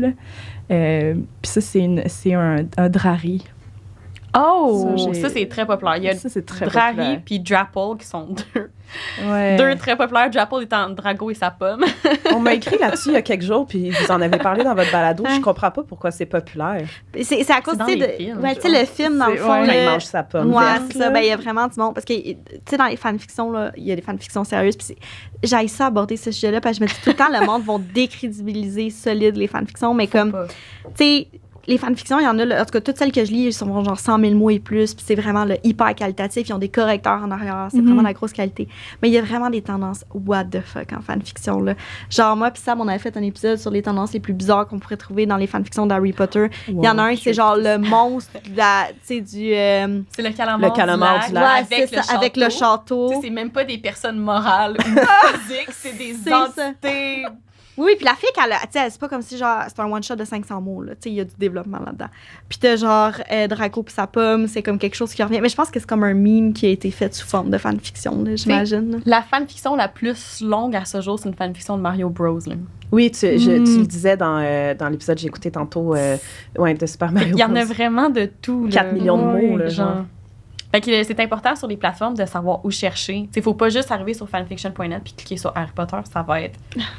on va être surchargé par les options. C'est dire, OK, je veux lire l'univers de Harry Potter, je veux lire Drago Hermione, puis je veux surtout pas qu'il ait été donné hors note, par exemple. Pour toi, tu rushes avec ton micro. Oui, il tient plus. Mais c'est correct, je vais le tenir avec ma main. Mais qu'on peut choisir qui qu'on veut, qui on veut pas. Est-ce que la fanfiction est terminée? Le rating, est-ce que c'est mature? Est-ce que c'est PG-13? Est-ce que... Donc, on peut vraiment contrôler les paramètres, en fait. Là. Donc... Fanfiction, Frédéric et son micro. Ah, ben, regarde. C'est comme tout est possible. Pour vrai, là, le monstre du lac puis le château. Mais je pense que ça va être la roulette que t'as... Ah oui, OK. Je pense que c'est ça qui va t'aider à faire tenir. Mais en fait, c'est juste que tu peux contrôler les paramètres quand tu cherches. Donc, c'est important de prendre le temps sur fanfiction.net comme sur AO3, de prendre le temps de regarder quels paramètres est-ce que je veux, quels paramètres est-ce que je ne veux pas. Les ratings que je disais tantôt, mais aussi les tags, comme vous avez dit, puis même les personnages, tu peux cocher, je veux absolument Hermione puis Rogue. Ou Hermione puis Drago, ou n'importe qui d'autre. OK. Parfait. Ben, c'est comme dans n'importe quoi. Si vous voulez apprécier votre expérience, mettez les chances de votre côté. Ben, full. Une petite recherche, prendre le temps de se familiariser avec la plateforme. Puis les tags, c'est que ça te prévient d'avance. C'est comme, mettons, s'il y a de l'inceste, pas de la pédophilie, mais tu sais, des fois, mettons, Hermione est genre 14 ans avec Severus qui est comme adulte, tu sais, ça rentre là-dedans. Fait qu'au moins, avec les tags, tu peux voir est-ce que moi, c'est quelque chose qui me trigger, est-ce que ça me trigger pas, ben là, t'es correct. Parce qu'il peut avoir un aspect dark romance en fanfiction, là. Il peut avoir... Mais genre Maniacal. Il peut avoir du syndrome de Stockholm, de la manipulation. Dark romance, c'est... C'est de la romance qui a des... de la violence, genre? Avec plein de red flags, là. Ouais, c'est genre, mettons, souvent le personnage principal qui est le love interest, si on veut, va être vraiment toxique. Ça va être de la mafia, des affaires de même, là. Toxique. Juste avant qu'on discute de nos propres expériences avec les fanfictions, j'aimerais ça juste qu'on revienne un peu sur le principe que dans les fanfictions, le développement des personnages est tellement plus profond. Puis moi, je pense que c'est ça que j'aime le plus dans les fanfictions, puis c'est ce qui vient vraiment influencer ce que je vais penser des personnages après en regardant les films. Puis des fois même, je deviens mêlée, comme si tu arrivé ça ou c'est pas arrivé dans les livres. Puis je suis pas la seule avec ça. Je lis trop de fic, puis je suis comme... C'est-tu canon ou c'est fiction? Genre, je le sais juste plus. Exact. Je me rappelle plus c'est quoi, mais il y a une scène, là, je suis en train de relire les livres, puis je suis comme, si tu es arrivé ou c'est pas arrivé, tu sais, c'est pas la grosse affaire, là, mais sûrement que c'est pas arrivé. Donc, je pense à des personnages, ben moi, tu sais, c'est sûr, je vais prendre Rogue en exemple, là, même si c'est quand même un personnage très développé, surtout dans son backstory, là, dans les livres, là, mais moi, c'est justement ce que j'aime d'Hermione puis Rogue, c'est de réaliser qu'ils ont comme le même désir du savoir, puis qu'ils sont très intelligents, puis sont très, je sais pas, ils ont de la ruse, puis je les trouve très semblables à ce niveau-là, puis c'est ça que j'aime de lire des fanfictions, se rejoignent quelque part. Même chose pour Malfoy aussi, tu sais, que là, je suis en train de lire Isolation, puis j'en avais pas beaucoup lu de Drago et Hermione. Puis toute là, la profondeur là, de lire de ce qu'ils pensent, puis c'est très, très bien écrit, Isolation, très true to character, là, c'est exactement comme ça se passerait, je pense, si c'est ça qui s'était produit là, dans le 7e. Donc, je veux vous entendre là-dessus, tu sais, le développement des personnages, selon vous, qu'est-ce que ça vient ben, tu sais, je viens un peu de le dire, mais qu'est-ce que ça vient changer dans notre perception de certains personnages? Comment ça peut, peut-être... Est-ce que ça vient un peu gâcher notre rapport à l'œuvre originale ou ça vient... Moi, oui. Ah ouais? Ouais, mais tu sais, avec les Tomiones, c'est parce qu'après ça, quand je vois le traitement de Voldemort, surtout dans les films, je suis comme... Ils n'ont pas cherché loin à faire. C'est qu'ils l'ont vraiment mis comme méchant. Mais tu sais, comme tantôt, on parlait, mettons, des espaces blancs, c'est là que les fanfics vont vraiment puiser dans l'espace blanc par rapport à Tom Riddle. Puis c'est exactement le même principe. C'est drôle que tu disais ça par rapport à Severus puis Hermione. Parce que, tu sais, il y a beaucoup de monde qui, mettons, ils voient le pairing Tom-Yon comme genre le démon, c'est la honte, tu sais. Ils sont comme, voyons non, il n'y a rien qui fonctionne là-dedans, mais je suis tellement pas d'accord parce que Hermione puis Tom Riddle sont hyper semblables. Parce qu'Hermione, dans les films, elle est docile, OK? Mais dans les livres, c'est vraiment une autre affaire. C'est probablement un des personnages dont la personnalité a le plus de facettes dans les livres. Ouais. On voit autant son côté intelligent que calculateur, puis un peu plus vicieux, je dirais, à la limite insidieux des fois, dans le sens qu'elle peut vraiment être revendicatrice. Je pense pour ça aussi que c'est un des personnages pour lesquels il y a plus de fanfiction puis de différents pairings, parce que sa personnalité est assez développée dans le canon qu'on peut aller prendre à peu près n'importe quelle sortie ou n'importe quelle... En fait, moi, je la vois bien avec n'importe qui sauf Ron. Je suis d'accord. Je suis tellement d'accord. C'est parce que, tu sais, Luna, c'est mon personnage préféré, mais quand même, Hermione, là, j'avoue que j'ai surtout, parce que moi, c'est ça, je racontais, j'ai commencé par les films, puis ensuite, j'ai lu les livres. Puis quand j'ai lu les livres, là, j'ai vraiment, limite, moins apprécié les films parce que je trouvais que les personnages comme Hermione, Luna aussi. Ginny. Ben oui, Ginny, inévitablement, là, mais comme... Je trouvais que c'était quelque chose... Moi, le bout où elle crée un syndicat d'elfes de maison, c'est comme... Oui. Ça a venu... J'étais comme, oh my God, yes, my girl! Ils l'ont complètement coupé. Ça, c'est... Mais il y a des bouts extrêmement drôles aussi. C'est un peu, tu disais, insidieux. C'est comme revendicatrice, mais un peu... En tout cas, moi, ça me fait beaucoup dans faire rire. Dans l'armée Dumbledore. Aussi, ouais. Avec les tasquiteurs. Ouais. Fait qu'elle est enfermée dans un bocal. Genre, ça, c'est sauvage, comme... En fanfiction, on va vivre des petits moments comme ça, puis Drago va être comme... Je me sens intimidée, là. Tu sais, c'est un petit côté serpentard que je te connaissais pas du tout. C'est ça, exactement. Je trouve qu'Hermione est vraiment dans... Tu sais, oui, elle a le courage de Gryffondor, mais je trouve qu'elle a un petit peu... Tantôt, on niaisait avec les ascendants. Je trouve que c'est un peu ça, ascendant serpentard. Tellement. Puis pour en venir à Tom Riddle, c'est que les deux, c'est des bookish people. Les deux sont vraiment fans des livres, fans de l'apprentissage, de la magie. Les deux, s'ils seraient dans la même école, souvent, comme c'est dans les fanfictions, c'est des academic rivals. Les deux sont prêts à tout pour atteindre leur but, parce qu'Hermione en a fait des coups là, assez intenses pour atteindre ses buts. Là. Fait que, tu sais, honnêtement, les deux sont très, très intelligents. Hermione est des fois un peu manipulatrice dans les livres. Fait que les deux, ils sont comme pas mal sur la même angle. Puis je trouve que son potentiel est un peu gâché avec Ron. Tu sais, j'aime Ron en tant que personnage individuel, mais en couple avec Hermione, c'est vraiment... Je trouve... Désolée, là, mais je trouve que c'est vraiment un deadbeat. Je suis désolée, les fans Ron et Hermione. Je sais que vous n'allez pas m'aimer, mais en même temps, ce serait toxique, Tom puis Hermione. Tandis que Hermione et Ron, ça serait pas toxique. Oui, c'est pour ça que ça... Mais c'est bon quand c'est toxique. Ça n'a pas besoin... L'affaire, c'est que... Bon, toxique, c'est pas ce qu'on souhaite pour Hermione, mais faut que ce soit vivifiant. Moi, quand je l'imagine avec Ron... J'imagine une fille de ce niveau intellectuel-là, puis peut-être que je me projette un peu là-dedans, là, mais je me dis, mais comme je m'emmerderais. Puis on s'entend-tu pour dire que ça doit être qui organise tout le temps? Mettons qu'on imagine Hermione comme une personne, tu sais que c'est ton ami qui organise toutes ses dates, là, puis qu'elle doit aussi faire le kit à son chum parce qu'il n'est pas capable de décider tout seul. Là. C'est clair. On souhaite ça à personne. Là. Encore moins une fille comme Hermione. Ouais, OK. Je reviens sur mes propos. Il y a des fanfictions où Ron prend vraiment comme un coup de vieux puis devient l'homme qu'elle a besoin qu'il soit. Okay. Est-ce que je les lis? Non, ça m'intéresse pas. C'est pas pour moi. Oui, c'est ça. Mais ça existe. C'est ça, il y a beaucoup de Ron bashing dans l'univers de la fanfiction. Ça, c'est un hashtag qu'on va voir souvent aussi. Ouais. Moi, j'adore en faire. J'ai tellement lu de fanfiction où que Ron, c'est le méchant à la fin parce qu'il est tellement jaloux d'Hermione. Mettons, elle sort avec Malfoy ou Agrog, là, puis là, lui, il devient méchant, là, fâché, puis c'est comme... Mais il est bébé gâté, là. Trouves-tu? Ben... Je pense que c'est pas une question de richesse, mettons, parce que je dis bébé gâté, les gens vont être comme sa famille est pauvre, là, elle est clairement dépeinte comme pauvre. Ouais. Mais sa famille est aimante, mais aussi c'est comme le 6e enfant de 7. Il y a toujours eu quelqu'un pour le surveiller, pour le baquer, pour le guider. Il a jamais rien fait que des frères avaient pas fait avant lui. Il y a toujours eu quelqu'un pour le guider, y tenir la main. C'est dans la guerre là, qui doit montrer de quel bois il se chauffe, puis il part. Fait que, tu sais. C'est vrai. Tout ça pour dire que c'est ça, Hermione, je veux dire, tu lis après des trucs comme avec Tom Riddle, avec Rogue, ou même avec Sirius, mais j'en ai jamais lu, puis tu sais, je sais pas. Faudrait peut-être que je lise une fanfiction sur Ron et Hermione, ou que c'est vraiment bon, peut-être justement quand il devient plus mature. Mais souvent, it's giving petite life dans la prairie. Fait que si tu veux quelque chose de cosy, c'est parfait. Non. C'est tellement pas ça que on préfère les villains ou les enemies to lovers.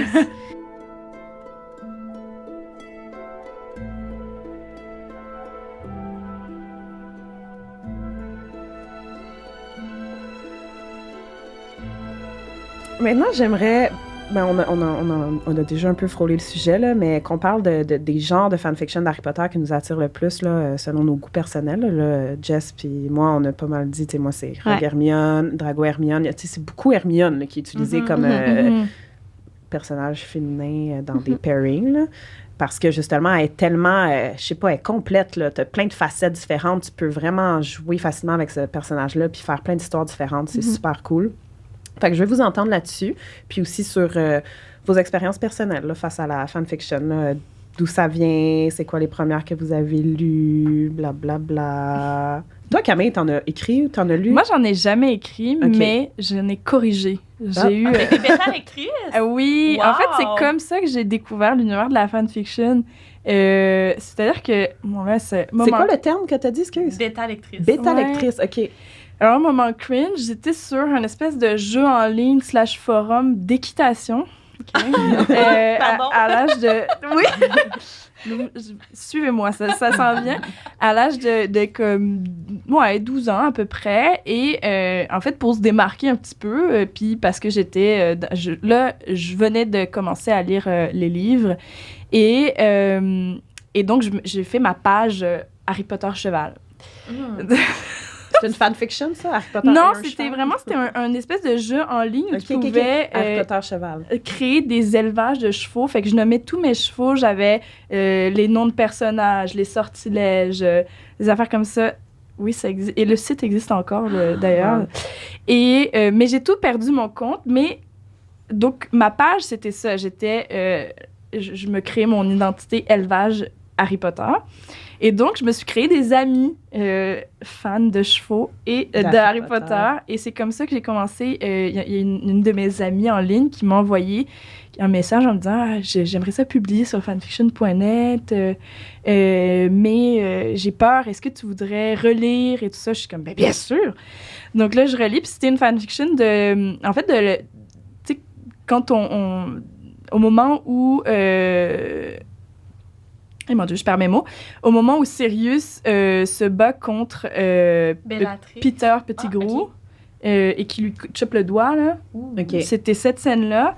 Puis là j'étais comme... C'était incroyable pour une enfant de 12 ans. Là. Je saurais pas... J'ai pas retrouvé, malheureusement, mais ce serait à retrouver. Et c'est comme ça que j'ai ensuite été sur fanfiction.net pour aller mettre des likes puis un review positif, puis j'ai découvert tout un monde. Ah ouais. Donc voilà, chevaux, Harry Potter, c'était comme ça que c'est. on est tous arrivés là-dessus vraiment en sketch, hein. Puis on est tous tombés sur des fanfictions genre à 12 ans. Au moment où on aurait dû recevoir notre lettre, en fait, on est tombés dans la fanfiction. Tellement! Mais on dirait que ça tombait à un moment où j'avais justement besoin de plus. C'est comme arrivé vraiment, là... Hey, ça m'a tellement accompagnée pendant mon secondaire 2, mon secondaire 3. Là, je passais des heures, là, puis ça me plongeait contre... Tu sais, ben, je veux dire, c'est ça le pouvoir de la lecture, là, mais c'était encore plus, on dirait, parce que c'était un univers qui m'amenait tellement de réconfort. Puis là, c'était sans limite. Là. Je pouvais toujours en lire plus, puis c'était extraordinaire. Sab t'a dit, toi, Jonas Brothers, mais première fanfiction d'Harry Potter, est-ce que tu te rappelles? Ta première d'Harry? Je pense qu'il y a un site qui s'appelle harrypotterfanfiction.fr. OK. Quelque chose de recueil, un répertoire. C'était un fanfiction.net francophone, en fait, hébergé en France, visiblement. Donc, moi, ça a été mon initiation. Mais en fait, moi, Harry Potter, ça a comme été la dernière branche de fanfiction dans laquelle je suis tombée. Il y a eu les Jonas Brothers puis l'univers Disney, fait comme Taylor Swift, Miley Cyrus, Selena Gomez. Après ça, j'ai eu Narnia. Puis je suis allée voir hier soir, mes fanfictions de Narnia sont encore en ligne sur Skyrock. Le site existe encore. Et puis, à la fin, je suis tombée dans Harry Potter. Puis là, ça a été le point de non-retour. Aujourd'hui, de temps en temps, je vais aller vers Avatar The Last Airbender, Peaky Blinders, Supernatural. Mais je reviens toujours à la source, qui est vraiment Harry Potter dans mon cas. Là. Drago Hermione. Drago Hermione, Hermione Fred. J'ai tellement eu une phase. J'ai vraiment eu une phase Hermione. Tu sais, mon premier. Ouais. Ben non, moi, Georges, j'ai de quoi? Parce que je trouve qu'ils ont vraiment des personnalités différentes. Je sais. Pour ma part, c'est vraiment Hermione et Fred. OK. C'est mon deuxième. Puis mon troisième sur le podium, c'est Hermione et Sirius. Des fanfics maraudeurs, Voyage en temps, ou encore une trend qui est très populaire aussi, ça va être Hermione qui travaille suite à ses études au ministère sur le veil, en anglais, là, pour... Sur le voile. Merci, dans pour faire... il a disparu, il est mort. Puis Sirius, il est comme resté immobile dans le temps, puis elle, ça fait 10 ans qu'elle travaille là-dessus, fait qu'ils sont comme rendus à peu près au même âge. Puis elle le fait sortir du voile. Ouais. Ça rentre-tu un peu dans le concept, tu disais tantôt, qui est réutilisé dans plusieurs fanfictions un peu? Je l'ai vu à quelques reprises. Parfois, ça va être encore jeune, mais lui, pour chaque année qu'il a passé dans le voile, il a rajeuni ou quelque chose comme ça. Les gens vont vraiment manipuler. Pour que l'âge soit, l'écart d'âge soit diminué le plus possible. Ces derniers temps, j'essaie, mais j'accroche pas trop parce que fermement, ma zone de confort, c'est ces trois-là. Mais j'ai vu des Ginny Luna Pensy. Puis là, il y a comme une trend ces derniers temps que j'ose vraiment pas mettre le pied là-dedans parce que je sais pas trop à quoi m'attendre, mais c'est un polycouple de Théo, Drago, Hermione. Théo Note. Je sais même pas si c'est un personnage original. Ouais, il est canon? Oui, je pense. Okay, oui. Parce que les gens sont comme, est-ce qu'on l'a imaginé? Moi, je me suis posé des questions. Théodore Note. Oui, il est dans le groupe avec Drago. Okay. C'est un Serpentard. Ouais. OK. Il faut juste que je rote. Parce que je peux pas comme le ravaler, ça va faire un son encore plus bizarre. Break. C'est bon. J'avais fini de toute façon, tout est dit. Juste que je trouve ça important de mentionner comme les couples qui sont différents parce que j'imagine que les gens qui lisent pas de la fanfiction s'attendent à ce que ce soit toujours hétéronormatif. Non. Mais c'est ça, les amis, comme s'il y a quelque chose sur les amis. S'il y a le calmar géant puis le château, il y a vraiment tout. S'il y a un couple là, que vous aimeriez voir ensemble, vous pouvez aller lire là-dessus, c'est sûr. Il y en a aussi de Harry avec Tom Jedusor. Oui. Oui, celle-là, je la trouve un peu. Vous l'avez mentionné, juste approcher un peu ton micro. Vous l'avez mentionné dans votre balado, là, à quel point c'est weird parce que, tu sais, il a tué ses parents. Ah, ben ça, ben ouais. Ton amour avec. C'est ça, c'est comme celui que je trouve. Des choses. Ça, je m'embarque pas là-dedans, pour vrai. Là. Je laisse les gens écrire ce qu'ils veulent. Puis des fois, tu vois des titres qui ont de l'air super. Puis là, tu vois comme Harry Potter et Tom Jedusor. Thank you, next. Je te souhaite le meilleur. Mais il y en a peut-être qui sont vraiment bonnes. Puis il y a des gens, écoute, s'il y en a qui écrivent, c'est parce qu'il y en a qui sont là pour les lire. Rendu là, je vais juste même pas juger parce que... Ça sert à rien en fanfiction, en fait. C'est ça. Faut arriver avec l'esprit ouvert. Puis laisser passer ce qui est pas pour nous autres. S'acharner sur une fanfiction de 200 000 mots quand t'aimes pas ça, là, c'est longtemps. Ouais. La vie est trop courte pour ça. Avais-tu quelque chose à dire, Camille? Non, mais tu parlais de couples non hétéronormatifs. Drari. Moi, j'ai une grosse face Drari. Mais ouais, ça, c'était quand même sympa. Votre go-to principal, là, toi, ce serait quoi? Le couple là, que tu as le plus lu? Alors, le couple que j'ai le plus lu, ça a été Luna Neville. Oh oui, ils sont tellement cute, oh my God. Ouais. J'aime ça. Puis j'étais tellement contente que dans le film, ils mettent... parce que c'était pas prévu, je crois. Mais non, moi, c'est pareil, je sais plus. C'est pas de même dans les livres. Fait que ça, c'était un petit nod aux fans. Fait que là, ouais, Luna, Neville, ouais. Moi, en tout cas, quand je les mets dans mes fanfictions, ces deux-là sont toujours ensemble. Moi, j'aimais Ron puis Luna. Aussi. Harry puis Luna. Dans des fanfictions, je l'ai déjà fait en side story. Harry puis Luna, c'est vrai qu'ils vont bien ensemble. Ouais. Souvent aussi, c'est parce que Harry va trouver dans les fanfictions que Ginny souvent va avoir une carrière plus grande que lui. Elle va être une joueuse professionnelle de Quidditch, fait qu'elle est tout le temps partie. Ça, c'est canon. Ouais. Puis là, ça fait que lui, il se rapproche de Luna, genre? Ben, en fait, je pense que souvent, ce que je vois, c'est qu'il se dit, pendant la guerre puis pendant nos études, j'avais besoin de quelqu'un qui était fait de feu comme Ginny, mais en vieillissant puis avec tout ce qu'on a vécu, j'ai besoin de quelque chose de plus calme. Puis Harry a toujours une belle complicité avec Luna. J'ai pas de difficulté dans ma tête à imaginer que ça pourrait prendre une tendance romantique. Ça fait tellement du sens. Oui. Harry et Luna for the win. Pardon. Toi, c'est quoi, là? T'as dit Tommy, mais t'en as un autre? Non. non, mais... Non. Non, merci. C'est drôle, parce que tantôt, t'étais comme toi, quand tu dis non, c'est non, hein, c'est clair. C'était vraiment un non catégorique. Non, mais je lis du Dramion, comme tout le monde, là, mais je veux dire, Elle fait quasiment de reculons, par contre. Là, j'ai fait des suggestions, puis comme... Non, j'en lis, mais c'est parce que je suis très spécifique dans les fanfics. Moi, je lis pas une fanfic qui est en bas de 100 000 mots. Fait est-ce que... OK, je vais poser ma question tout de suite, parce que là, tu viens de dire tu lis pas de fanfic en bas de 100 000 mots. Qu'est-ce qui est considéré court, long, trop long, normal? Un one-shot, c'est un chapitre, mais c'est parce que c'est large. Sur AO3, là, t'as des chapitres qui font 20 000 mots, puis t'as des chapitres qui font 5 000 mots. Moi, en tout cas, ça, c'est vraiment juste mon opinion personnelle. Je dirais que court, c'est comme... Très court, là. Un one-shot, ça serait comme 5 000 mots et moins. Court, je mettrais 30 000 mots et moins. Moyen, 60 000 mots et moins. Puis pour vous donner une idée en termes, pour ceux qui lisent en termes de livres de pages, 90 000 mots, c'est à peu près 320, 350 pages d'un livre physique papier, grand format.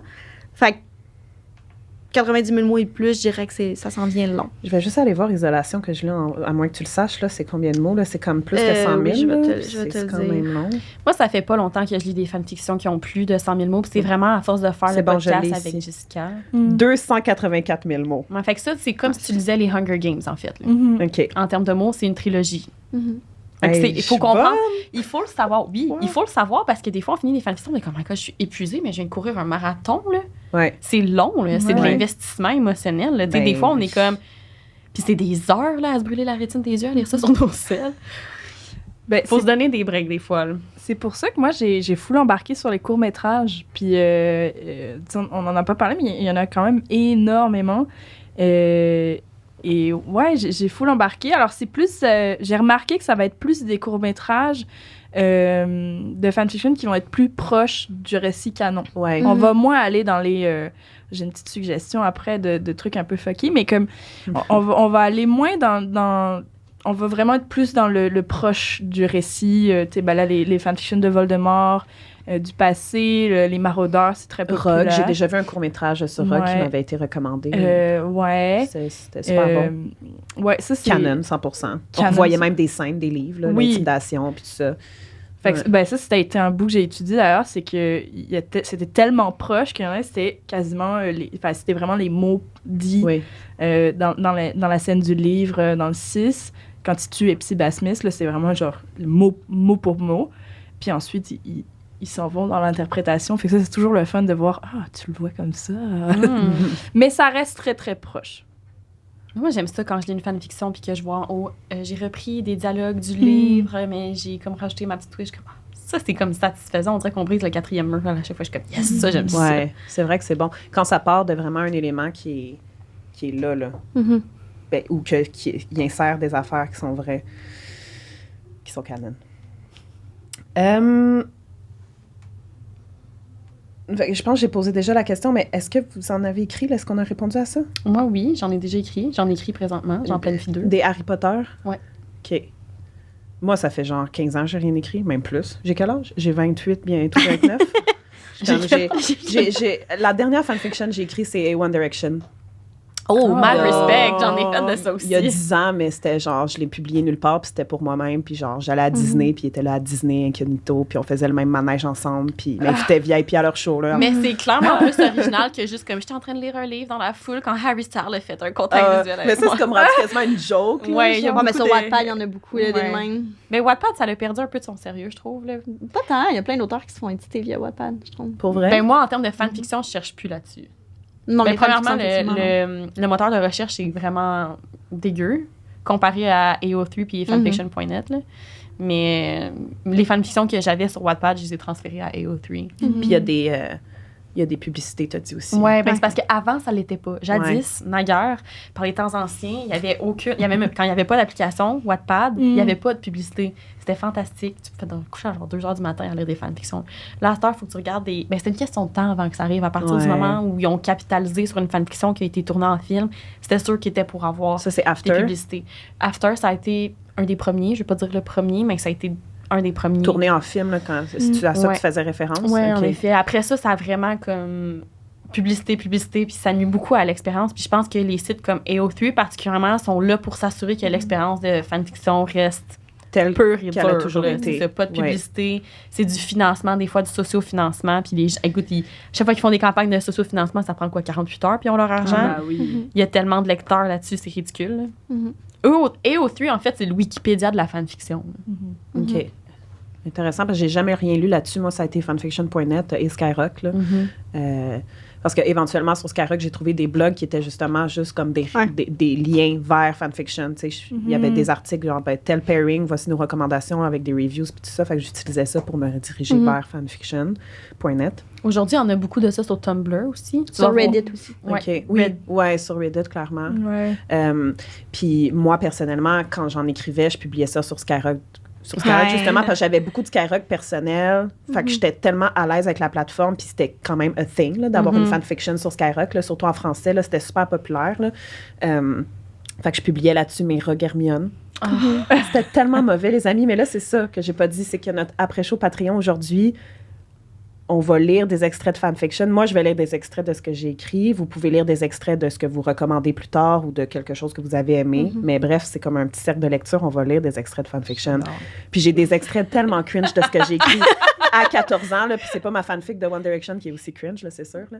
Mais moi, j'ai hâte d'entendre ça. Puis j'ai un extrait de ma George et Hermione. Un one-shot que j'avais écrit. Un one-shot George et Hermione. Je suis tellement excitée. Ça fait changement. Moi, en fait, j'ai commencé à m'intéresser au Hermione, qui est comme le nom de ship de Fred et Hermione, quand j'ai lu l'entrevue sur l'autrice qui disait comme elle avait comme prévu des buckets de gens qui étaient pour tuer dans ses livres. Puis si c'était pas Sirius, c'était Fred. Donc si Sirius vivait, ben dans le fond les deux sont morts. Non, j'ai mélangé, c'est Arthur quand il s'est fait attaquer par le basilic. Si c'était pas Sirius, c'était Arthur. Ouais, c'est ça. Mais bref, si c'était pas Fred, c'était Ron. Oui, exactement. Puis au début, Hermione, elle allait finir avec Fred. Fait que là, j'ai fait au ça aurait été une meilleure fin. Oh my God, wait a minute. Ça a été une option. Tout ce temps-là, on aurait pu avoir l'intellectuel et le Joker, qui est moi un ship que j'adore. J'aime tellement la dynamique d'un couple comme ça. C'est exactement comme Amy Santiago puis Jake Peralta dans Brooklyn Nine-Nine. Même chose, exactement la même chose. Je sais pas pourquoi je rate de même. Mais enfin, bref. Donc, ce genre de dynamique-là, où la personne plus intellectuelle, type A, avec le gars qui est super intelligent, mais qui réfléchit à l'extérieur des paramètres sociaux normaux, je dirais. Je trouve ça vraiment rafraîchissant. Ça a comme été... Je me rappelle en avoir lu, mais je me rappelle pas, tu sais. Parce que tu dis ça, puis je suis comme, OK, parfait. Bon, ben, j'irai la lire. Parce que je me rappelle avoir vraiment trippé, là. Je regardais des montages sur YouTube. Ça aussi, là, je sais pas pour vous, là, mais des mauvais montages avec des extraits des films, là. C'est tout le temps des tunes, là. C'est genre All the Things She Said, ou des trucs genre How You Remind Me, ou je pense qu'on appelle ça des AMV, je pense, quelque chose dans le même. Oui, en français, ça va être des fans vides. OK. Mais ouais, ça, c'est... Et que je me perdais là-dedans. Mais il y en a encore tellement. Il y en a tellement. La qualité a tellement augmenté à chaque fois. Genre, quand je suis tombée sur Draco Talk pendant la pandémie, j'étais comme, I am home. Attends, puis maintenant, avec les AI de voix qui imitent les voix, écoute, j'ai pu entendre Tom Riddle lire des dialogues de certaines fanfics que j'aime vraiment beaucoup. J'étais comme, wow. Moi, c'est Draco. Ouais, aussi, la voix. Il imite les voix parfaitement, c'est vraiment... C'est un peu freaky. C'est un peu freaky. Mais on va prendre ce qui est agréable pendant que ça passe, là. Ouais. Ça, c'est tout un truc aussi, toute la communauté de fans qui a déterminé que des acteurs qui existent pour de vrai seraient tels les maraudeurs, typiquement. Là. Andrew Garfield qui ferait Lupin. Là. Ouais. Là, j'ai vu que Timothée Chalamet il entre dans la boucle, mais je sais plus pour c'est pour Régulus. Pas Régulus, c'est ça. Je pense que c'est clair. Régulus. Timothée pour Régulus. Ouais. C'est quoi? C'est un pairing populaire, hein? Régulus puis... James. Puis James, OK. Je pensais Lucie. Non, pas Lucie Fantôme. En tout cas, Régulus, puis... Mais il y a aussi, je pense, Régulus avec genre la grande-tante Aduna, là, qui match une fois de temps en temps. Ouais. J'ai vu des petits trucs comme ça. Beaucoup de pairing, là, c'est ça, dans le temps des maraudeurs. Là. Ben, en fait, moi, j'aurais de la difficulté à croire que c'est jamais rien passé entre Sirius puis Lupin. Comment? Ouais. Sirius is giving bisexual all the way. Sirius is giving pansexual. Sirius is giving you're breathing, I love you. Mais tu vois, je connais pas ce côté-là de lui parce que j'ai pas lu de fanfiction de Sirius. Faudrait vraiment que je lise. C'est peut-être le cuir. Ben là, on va tranquillement s'en aller vers les recommandations là, parce que c'est avec ça qu'on va conclure l'épisode, là, mais tranquillement. Là. Moi, j'avais fait des recommandations de fanfiction dans mon épisode sur les couples, l'épisode 9. j'ai recommandé des fanfictions que je n'ai pas lues. How dare Et you! j'ai juste... Puis je l'avais dit, j'avais dit, je les ai pas lus, mais c'est les plus populaires. Puis j'avais pas vraiment donné de warning. Puis là, c'est en écoutant votre balado tantôt que tu parles de The Death of Time, qui est dans le fond... Là, moi, j'étais comme, c'est un triangle amoureux avec Remus, Sirius et Hermione dans le passé, mais toi, tu dis, dans le fond, ça a fini par être plein de puissants. Tu sais, je le savais. Il y en a vraiment beaucoup de ça. Puis souvent, pour la dynamique de Sirius, Lupin puis Hermione, ils vont utiliser le côté animalier. Oui, ça aussi, vous en avez parlé. C'est horrible. On peut l'aborder. On peut y aller comme il se transforme en... il y a du furry là-dedans. Ouais, c'est comme le côté furry un peu. Mais au-delà de ça aussi, ça va être, même quand ils sont sur leur forme humaine, ça va être qu'ils vont être extrêmement possessifs parce qu'ils sont comme un pack en étant comme un loup-garou, un chien. Fait qu'elle, elle devient pas une bêta, je dirais, dans leur secte, mais elle est comme excessivement protégée par 2 hommes qui sont alpha dans leur forme animale. C'est des dynamiques très spéciales. Moi, je n'en lis pas. Et les fois où je tombe par erreur là-dessus parce que je lis pas les tags, puis comme je juste lire quelque chose vite fait, c'est fini, ça m'a été recommandé, je lis, puis que je tombe là-dessus, je suis toute chamboulée, puis pas positivement. Là. Il me faut de l'eau bénite pour les yeux. Je lirais pas ça, je pense. Non, ça m'interpelle. C'est des dynamiques. Mais des fois, l'affaire, c'est que là, on tombe dans les extrêmes. Mais il y a des dynamiques sérieuses, Lupin et Hermione, je tiens vraiment à dire, qui sont adorables. Puis que c'est PG-13, ou que même si c'est du contenu sexuel, c'est pas bizarre. On va pas commencer à démoniser les threesomes non plus, là, parce qu'on n'est pas sorti du bois. Ben non, exact. Il y a des dynamiques qui sont vraiment plus régulières, je veux dire ça comme ça. Là. Peut-être plus saines, à la limite. Là. Ouais. Queer, mais nice. Queer, mais nice!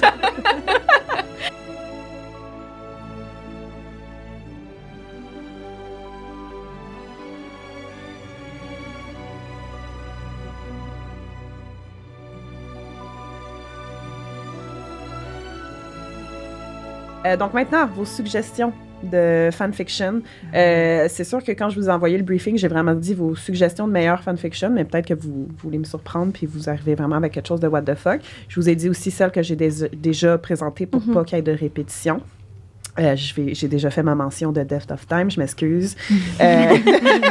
Moi, j'ai une suggestion de Rogue Hermione. Je vais ouvrir la balle.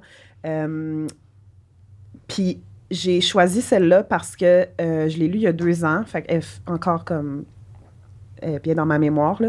Puis je trouve que c'est une bonne manière de voir si vous aimez Rogue et Hermione ou non. C'est pas trop intense, c'est quand même réaliste, c'est après les études. Dans le fond, puis c'est rating T, fait que 13 ans et plus techniquement. Ça s'appelle Down in His Eyes Heart, mais c'est vraiment en français, c'est même pas une traduction. Parce que souvent, il y a ça aussi, hein, les gens vont traduire des fics super populaires. Comme celle que j'avais recommandée, là, il était quasiment toutes traduites, fait que j'avais pu mettre des liens en anglais puis en français, puis je trouvais ça bien. C'est que Hermione, dans le fond, dans ce fic-là, elle a toujours été, pas obsédée avec Rogue, là, mais elle voulait tout le temps se prouver à Rogue parce que lui, il était le prof qui était, puis c'était comme moins 5 points à chaque fois qu'elle répondait à une bonne... qu'elle donnait la bonne réponse, puis elle se sentait poche à ses yeux, puis elle voulait tout le temps, c'est ça, lui montrer qu'elle était capable. Qu'elle était capable, tu sais. Mais c'est devenu maladif. Au point qu'après ses études, elle décide qu'elle veut devenir maître de potions. Tout pour devenir l'apprenti de Rogue. Fait que ça finit qu'elle devient l'apprenti de Rogue, mais dans cette fiction-là, genre, le domaine des potions est élaboré à un point tellement intense, là, c'est... J'ai envie de faire un lien avec, genre, le parfum, tellement que c'est, tu sais, dans le détail, le parfum, c'était quasiment ça, genre, je pouvais sentir les potions, je pouvais être là puis les faire avec elle, c'est vraiment dans le détail à ce point-là, puis la relation avec Rogue, elle habite chez Rogue, il y a un elfe de maison aussi qui est là pour devenir son apprenti, là, c'est une relation très étroite, une apprentie de potion avec son maître de potion, puis elle devient encore plus, justement, là, comme accrochée à lui, mais lui, il est comme, non, tu sais, il était vraiment pas dans ce soit elle, son apprenti, puis tout. Puis, tu sais, il me semble que c'est pas tant un happy ending que ça, mais c'est juste... C'est bon. C'est parce que c'est très true to character aussi, puis c'est pas juste de la romance, t'as comme tout l'effet du monde, la présence de, c'est ça, le domaine des potions qui est super élaboré, que j'aimais beaucoup. C'est 43 chapitres, 82 000 mots. Quand même. Je trouve aussi que la longueur est raisonnable. Donc, voilà. C'est ma suggestion et ma seule. J'avais aussi Disappearance of Drago Malfoy, mais je ne l'ai pas lu, puis je sais que vous l'avez lu. Est-ce que c'est dans tes recommandations aujourd'hui? OK, parfait. Fait que tu pourras en parler après. Ben, moi, une des... c'est ça, comme je vous ai dit, j'ai comme switché un peu au fanfilm. Mais une des dernières fanfictions que j'ai lues, c'était Equal and Opposite. Mais je sais que je l'ai pas fini. Fait que là, je sais pas s'il y a des trucs bizarres qui se terminent à la fin. Mais en gros, c'est Harry Potter qui, après la guerre, il a en fait un équivalent féminin de lui. Puis il y a toute une tension un peu de... En fait, il devient super bête, Harry Potter, dans cette fanfiction-là. Et son equal et opposite vient un peu le challenger. C'est vraiment un miroir sur Harry Potter, mais en étant une Harry Potter femme. Mais comme elle sort d'où? C'est comme... Ben ça n'a pas été très, très explicite. Espace blanc, il faut une fanfiction. Il faut une fanfiction, là. Puis ça, c'était ma dernière, mais je me rappelle avoir beaucoup aimé. Mais en termes de film, là, c'est un peu mon style. Puis je me suis dit que ça pourrait être intéressant d'avoir aussi l'autre aspect. La fanfiction Neville Londubat et la sorcière noire, incroyable.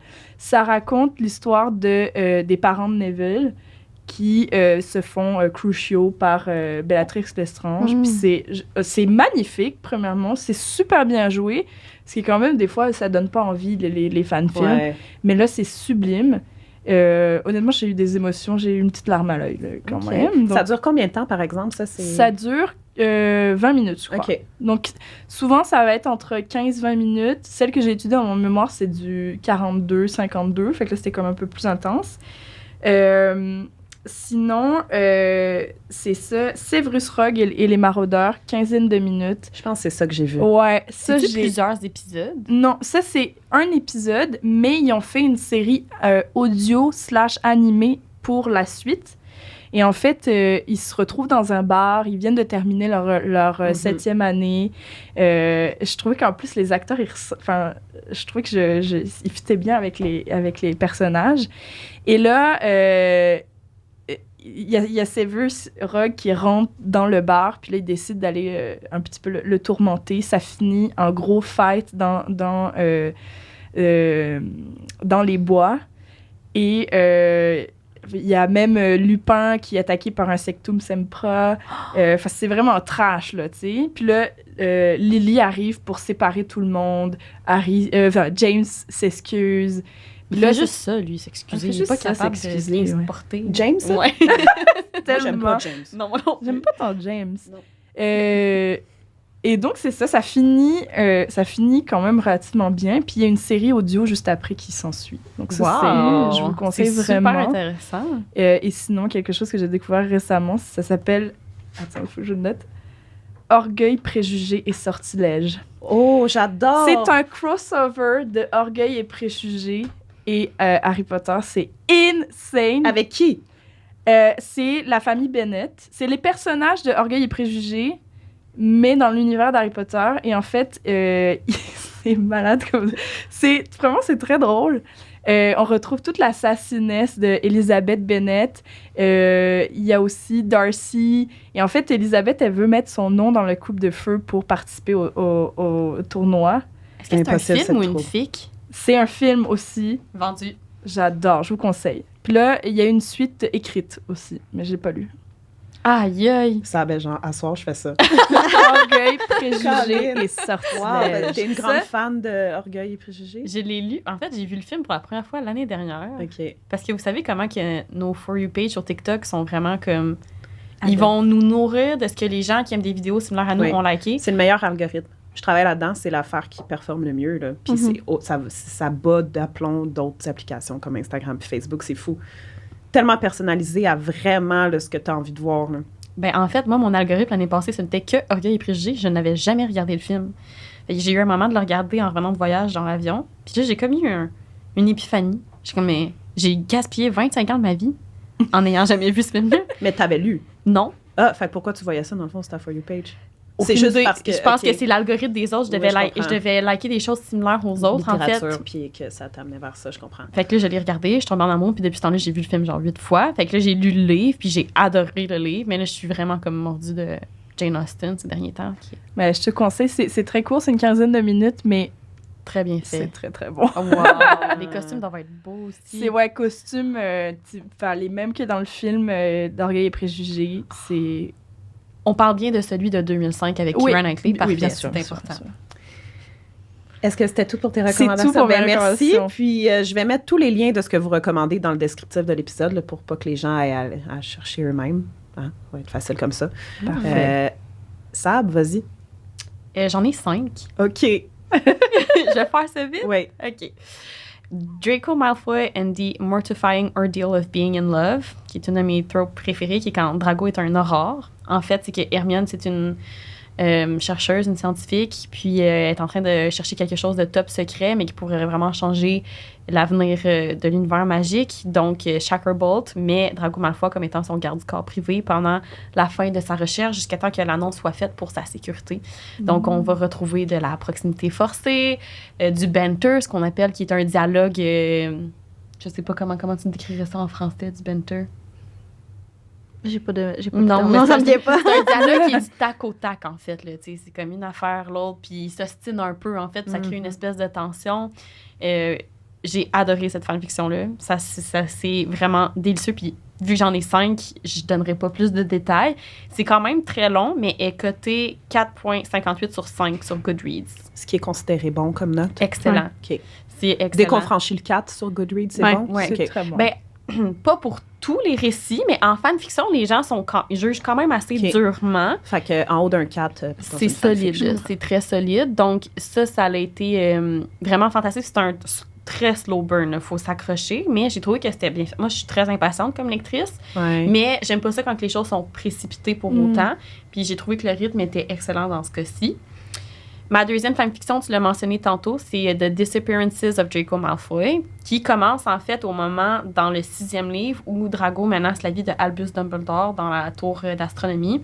C'est le point pivot. En fait, jusque-là, tout est canon. À partir de ce moment-là, on se rappelle dans les livres, dans le film, Albus dit à Drago, t'es pas obligé, t'as pas à faire ça. Puis Drago accepte son offre de ne pas le tuer, de se faire cacher par l'ordre du Phénix. Donc, c'est Drago qui se retrouve à devoir chercher les Horcruxes avec Ron, Hermione et Harry. Impossible! Ah! C'est excellent. C'est ma prochaine, c'est sûr. Mais moi, je la lisais, puis ça se tient très proche du canon. On se tient quand même vraiment proche des personnages. Le développement est très, très, très lent. J'aime ça. Dans les derniers chapitres, à la bataille de Poudlard, ce qui n'est pas un secret, mais on va retrouver même certaines lignes du dialogue des films ou des livres. Il y a un chapitre en particulier qui est mon préféré de cette fanfiction-là, puis c'est un spoiler, mais il va y avoir une bataille à Azkaban, ce que j'ai jamais compris pourquoi on n'a pas eu ça dans les films, dans les livres, considérant à quel point cet endroit-là est isolé, fantastique, les détraqueurs. C'est comme un gros morceau du lore, du légal, de l'univers magique. Donc, il va y avoir The Battle of Azkaban. Ce qui est quand même vraiment cool. On va en apprendre plus sur les personnages dans Serpentard. Donc, il y a des... Drago, dans le fond, tout le monde pense qu'il est mort. Ils ont simulé sa mort comme si Albus l'avait tué au bout de la tour d'astronomie. Ses parents aussi. Donc, son père est à Azkaban à ce moment-là. L'Ordre du Phénix doit s'arranger pour le faire sortir. Insane. Simuler la mort à Narcissa. Voldemort pense que toutes les Malfoy ont été exterminés, puis Bellatrix continue à faire sa folle. Donc, moi, dans ma tête, cette fanfiction-là, c'est le 7e livre.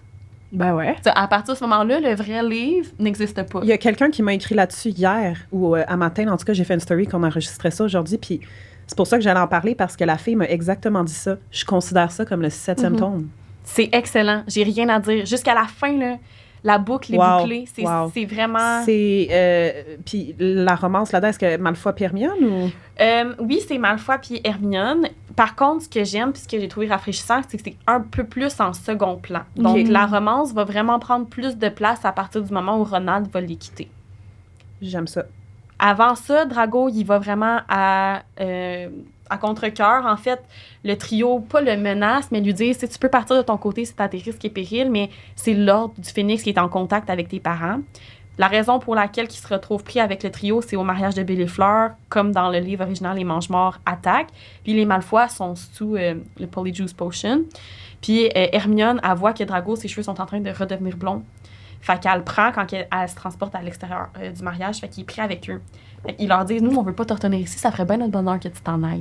Là. On a des choses à faire. Puis ça leur tente pas d'y parler des Horcruxes, mais ils ont pas le choix. Puis ils sont comme en même temps, il y a peut-être des connaissances qui pourraient nous aider à faciliter la recherche des Horcruxes.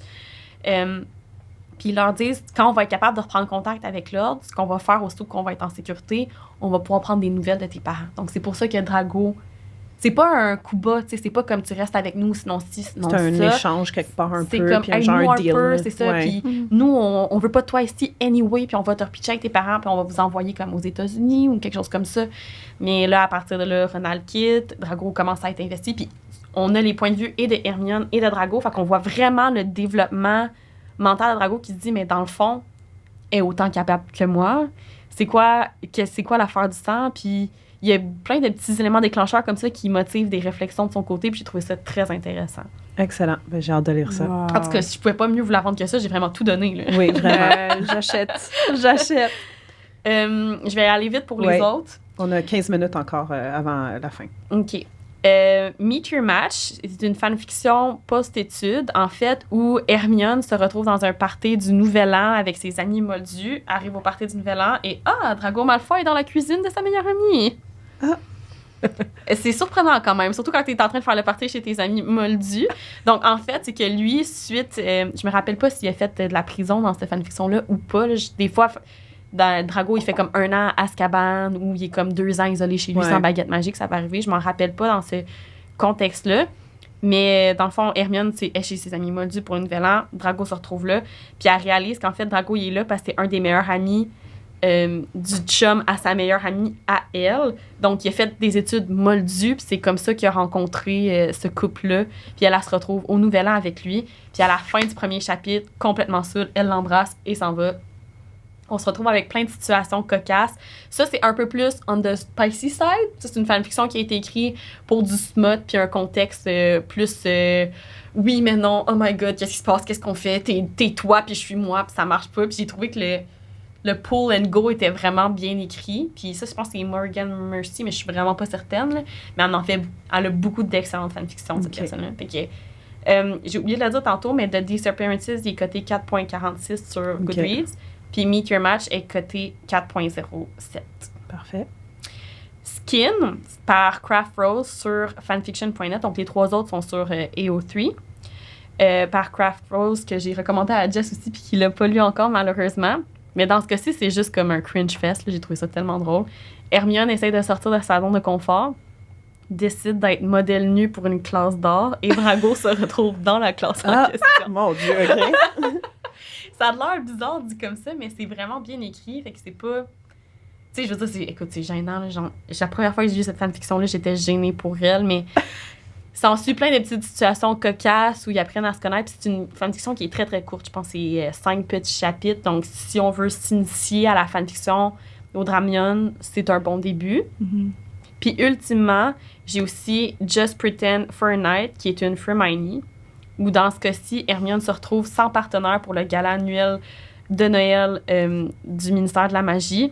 Après les études, donc. Fred est vivant. Après les études. Elle travaille, sa date le choqué dernière minute, puis elle est triste au bar, puis là, Fred et Georges viennent la voir en disant « Qu'est-ce qui se passe? Pourquoi t'es triste comme ça? » Puis là, Hermione leur dit « Ben, j'étais censée aller au bal avec un tel, mais il m'a choqué pour une telle, puis je me retrouve encore une fois à devoir aller au bal toute seule, alors que tout le monde est en couple à cette soirée. » Puis là, Fred qui se propose comme un gentleman pour l'accompagner pour la soirée, mais il planifie une date, là, vraiment chouette, là. Puis à la fin, il est comme « Ouais, mais comme j'ai un crush sur toi, mais... » Il y a comme il y a une espèce de miscommunication. Bref, j'ai trouvé ça vraiment mignon.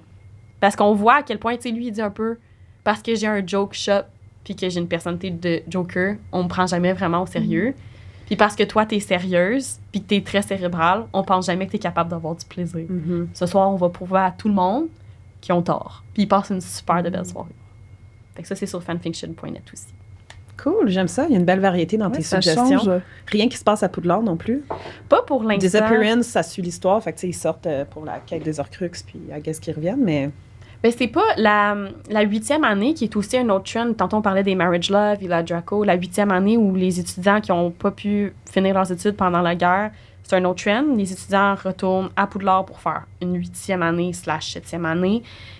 C'est pas le contexte qui me plaît le plus parce que souvent, je trouve les personnages très immatures. C'est comme s'ils vivaient une adolescence retardée, ce qui est plus que légitime dans leur cas, mais qui n'est pas intéressant pour moi. Je comprends. Par contre, je sais que Jess, je pense qu'on en avait une à Poudlard, Fic. Jess, tu peux y aller avec tes recommandations? Oui. T'en as combien? J'en ai 4, mais je vais les dire. OK, c'est parfait. Il y en a juste une que je vais plus expliquer, c'est Unsphere the Stars, parce que pour le Patreon, après, c'est l'extrait que je vais lire. Dans le fond, c'est la fanfic que j'ai à vous recommander. Je l'ai fait lire à Sab, je l'ai fait lire à 2 autres de mes amis. Les 3 l'ont aimé. C'est une tomienne. Oui. Elle fait 222 000 mots. OK. Fait que c'est ça. Mais, sans dire de spoilers, ce que je trouve intéressant, c'est que Voldemort est vraiment in character. Puis à la fin, il devient quand même Voldemort. Mais il y a une romance là-dedans, mais je vous explique pas comment. C'est ça un peu la twist que j'ai trouvé vraiment le fun. Mais dans le fond, Hermione retourne dans le temps. Puis ça l'arrive out of nowhere. Dans le fond, c'est son anniversaire. Elle ouvre une lettre. C'est une lettre envoyée par Albus. Puis quand elle touche la lettre, c'est comme un portkey retourne dans le temps. Puis elle retourne dans le temps. Fait qu'elle ne sait même pas. Quand elle arrive à Hogwarts, elle est dans l'année de Tom Riddle, leur 7e année. Fait qu'elle, ce qu'elle fait, c'est qu'elle essaie de faire profil bas pour pas se faire remarquer par lui. Mais évidemment, je veux dire, Hermione, c'est comme on dit si bien dans les films, insupportable, mais je sais tout. Mais c'est un peu le cas aussi dans la fanfic. Elle est pas capable de se retenir, de pas être bonne en classe. Fait que Tom Riddle commence par la remarquer, puis elle, sa cover story, c'est que c'est la nièce à Dumbledore. Puis ce qui est le fun, c'est que dans cette fanfic, mon Dieu, je suis là, Hermione, elle est vraiment, vraiment badass. Elle étudie énormément avec Dumbledore, puis elle se fait comme un univers, puis c'est un mix entre, tu vois, des fois, le présent où Harry et Ron essaient de comprendre pourquoi Hermione a disparu, mais le 3/4 des chapitres, c'est du point de vue d'Hermione et de Tom. On a les 2 points de vue. Être dans la tête de Tom, c'est juste incroyable comme trip, là, c'est vraiment spécial. Fait que c'est ça. Fait que je vous la suggère, aller sur AO3. Ma deuxième suggestion, c'est Fostering a Nightmare. C'est encore une Tomienne, mais celle-là, c'est un alternate universe où les deux sont dans la même timeline. Puis les Granger hébergent Tom. Dans le fond, ils sortent de l'orphelinat puis ils l'adoptent, entre guillemets. Fait que c'est vraiment intéressant de voir Tom Riddle au contact d'Hermione quand ils sont très, très jeunes. Fait qu'ils se rendent compte qu'ils ont comme 11 ans, je pense. Puis ensuite, quand ils découvrent qu'ils sont magiques, les deux, ils vont à Poudlard et tout. On suit ça. Ma troisième suggestion, c'est Have a Nice Day. C'est encore une Tomienne, mais celle-là, c'est un alternate universe solide où il n'y a pas de magie, dans le fond. Puis ils sont dans une académie un peu comme Dark Academia. Puis c'est quand même drôle parce que le méchant, c'est Voldemort. C'est genre une compagnie multinationale dont Tom est l'héritier. C'est eux comme... En tout cas, fait qu'il y a un meurtre et mystère là-dedans. C'est vraiment intéressant. Okay. C'est super. Tu sais, c'est comme lire une Dark Academia, mais avec les personnages qu'on connaît. Pour les Dramiones, j'ai All the Things We're Too Young to Know. Puis il n'y a pas de spice dedans. Fait qu'elle est 2 rating. Fait que n'importe qui peut la lire. Puis elle fait 208 000 mots. Puis ce qui est intéressant dans cette fanfic-là, c'est que, dans le fond, Draco est encore... C'est comme Poudlard est pas encore tout à fait... Ben oui, Poudlard est contrôlé par les Mange-Morts. Ouais, on est en 7e année, fait que les carreaux sont là. Ouais, c'est ça. Poudlard est contrôlé par les Mange-Morts. Et dans le fond, Hermione, elle est envoyée comme une espionne de l'Ordre du Phénix. Puis la famille Greengrass accepte de dévier vers le bon côté, mais par contre, ils veulent pas que leur fille soit en danger. Fait qu'ils demandent à Hermione de boire du polyjuice, du polynectar. Daphne Greengrass. OK, Daphne. Non, ouais. Sauf que Daphne Greengrass, elle est la best friend de Drago dans cette fanfic-là. Puis les deux sont représentants, dans le fond, c'est comme les head boy, head girl de Slytherin. Puis les deux sont dans le même dortoir, ben comme dans la même chambre commune.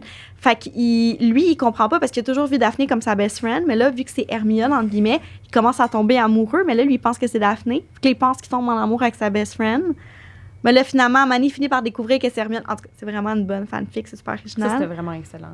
Ouais. J'ai fait d'excellentes recommandations. Ouais, mais c'est toutes des longues. Mais là, j'en ai une vite courte. Ça s'appelle Stuck in the Middle with You.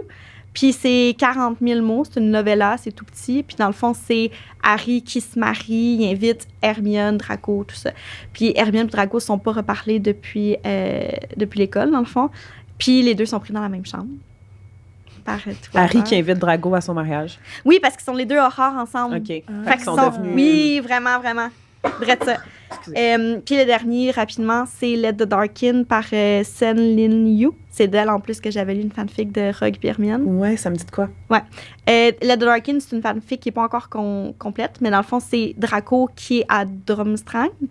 Puis il n'y a pas de Voldemort dans celle-là. Fait que c'est un alternate universe, mais il se retrouve, dans le fond, il vient à Poudlard pour la Coupe des Trois Sorciers, puis Hermione, c'est la championne de Poudlard. C'est vraiment... Ah, mais Sen Lin Yu, celle qui a écrit... Manacled, c'est ça, OK. C'est pour ça que son nom ces gens-là, si un jour décident de révéler leur véritable identité, j'espère qu'ils savent qu'ils vont devenir des vedettes. Ouais, c'est vraiment. mieux, hein? Sunny New, elle a vraiment un gros compte Instagram. Bex Chang. Ah, puis elle reste anonyme? Isolation. Oui. Ouais. Comme ces gens-là ont fondé le fandom Harry Potter. Ouais. Bex Chang qui a écrit Isolation, puis Sun Yu qui a écrit genre Manacle, là, ils ont vraiment comme paved the way for fanfiction. Oui, j'adore. Je serais curieuse de savoir c'est qui. Comme, est-ce que c'est des gens de notre âge qui écrivent juste depuis vraiment longtemps ou est-ce que c'est genre un octogénaire plus de dentier? Je sais pas. Everything is possible. C'est des comptables. C'est genre la dernière personne que tu penserais, là. Peut-être. Wow, ben merci pour vos recommandations. Je vais clairement pas toutes les lire, mais j'aurai pas le temps.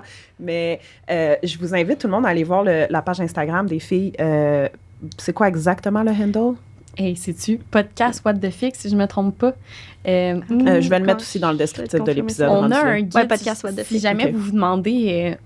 depuis tantôt, on mentionne fanfiction.net. AO3, on a une publication qui explique où vous pouvez trouver de la fanfiction puis comment les télécharger aussi pour les avoir sur votre Kindle ou peu importe la liseuse que vous avez. Là, donc, tout est expliqué sur notre page. Puis on a dans les highlights en story, exact, c'est ça. Saison 1, saison 2, les recommandations. Toutes les fanfics tous ceux qu'on a présentés aujourd'hui sont là-dedans. Puis ça dit le nombre de mots, où les trouver, puis tout est très clair. Excellent. Ben, merci pour ça, les filles. Là, on va se diriger vers l'après-show Patreon. Notre épisode est déjà terminé. Puis dans l'après-show, comme j'ai dit tantôt, on va lire des extraits de ce que vous avez recommandé ou de ce que vous avez écrit, ce qu'on a écrit. J'adore. Donc, merci tout le monde. Ben, merci les filles d'être venues. Ça me fait plaisir. Merci à toi. C'était vraiment plaisant. J'aimerais encore en discuter pendant longtemps, mais le temps, c'est cool.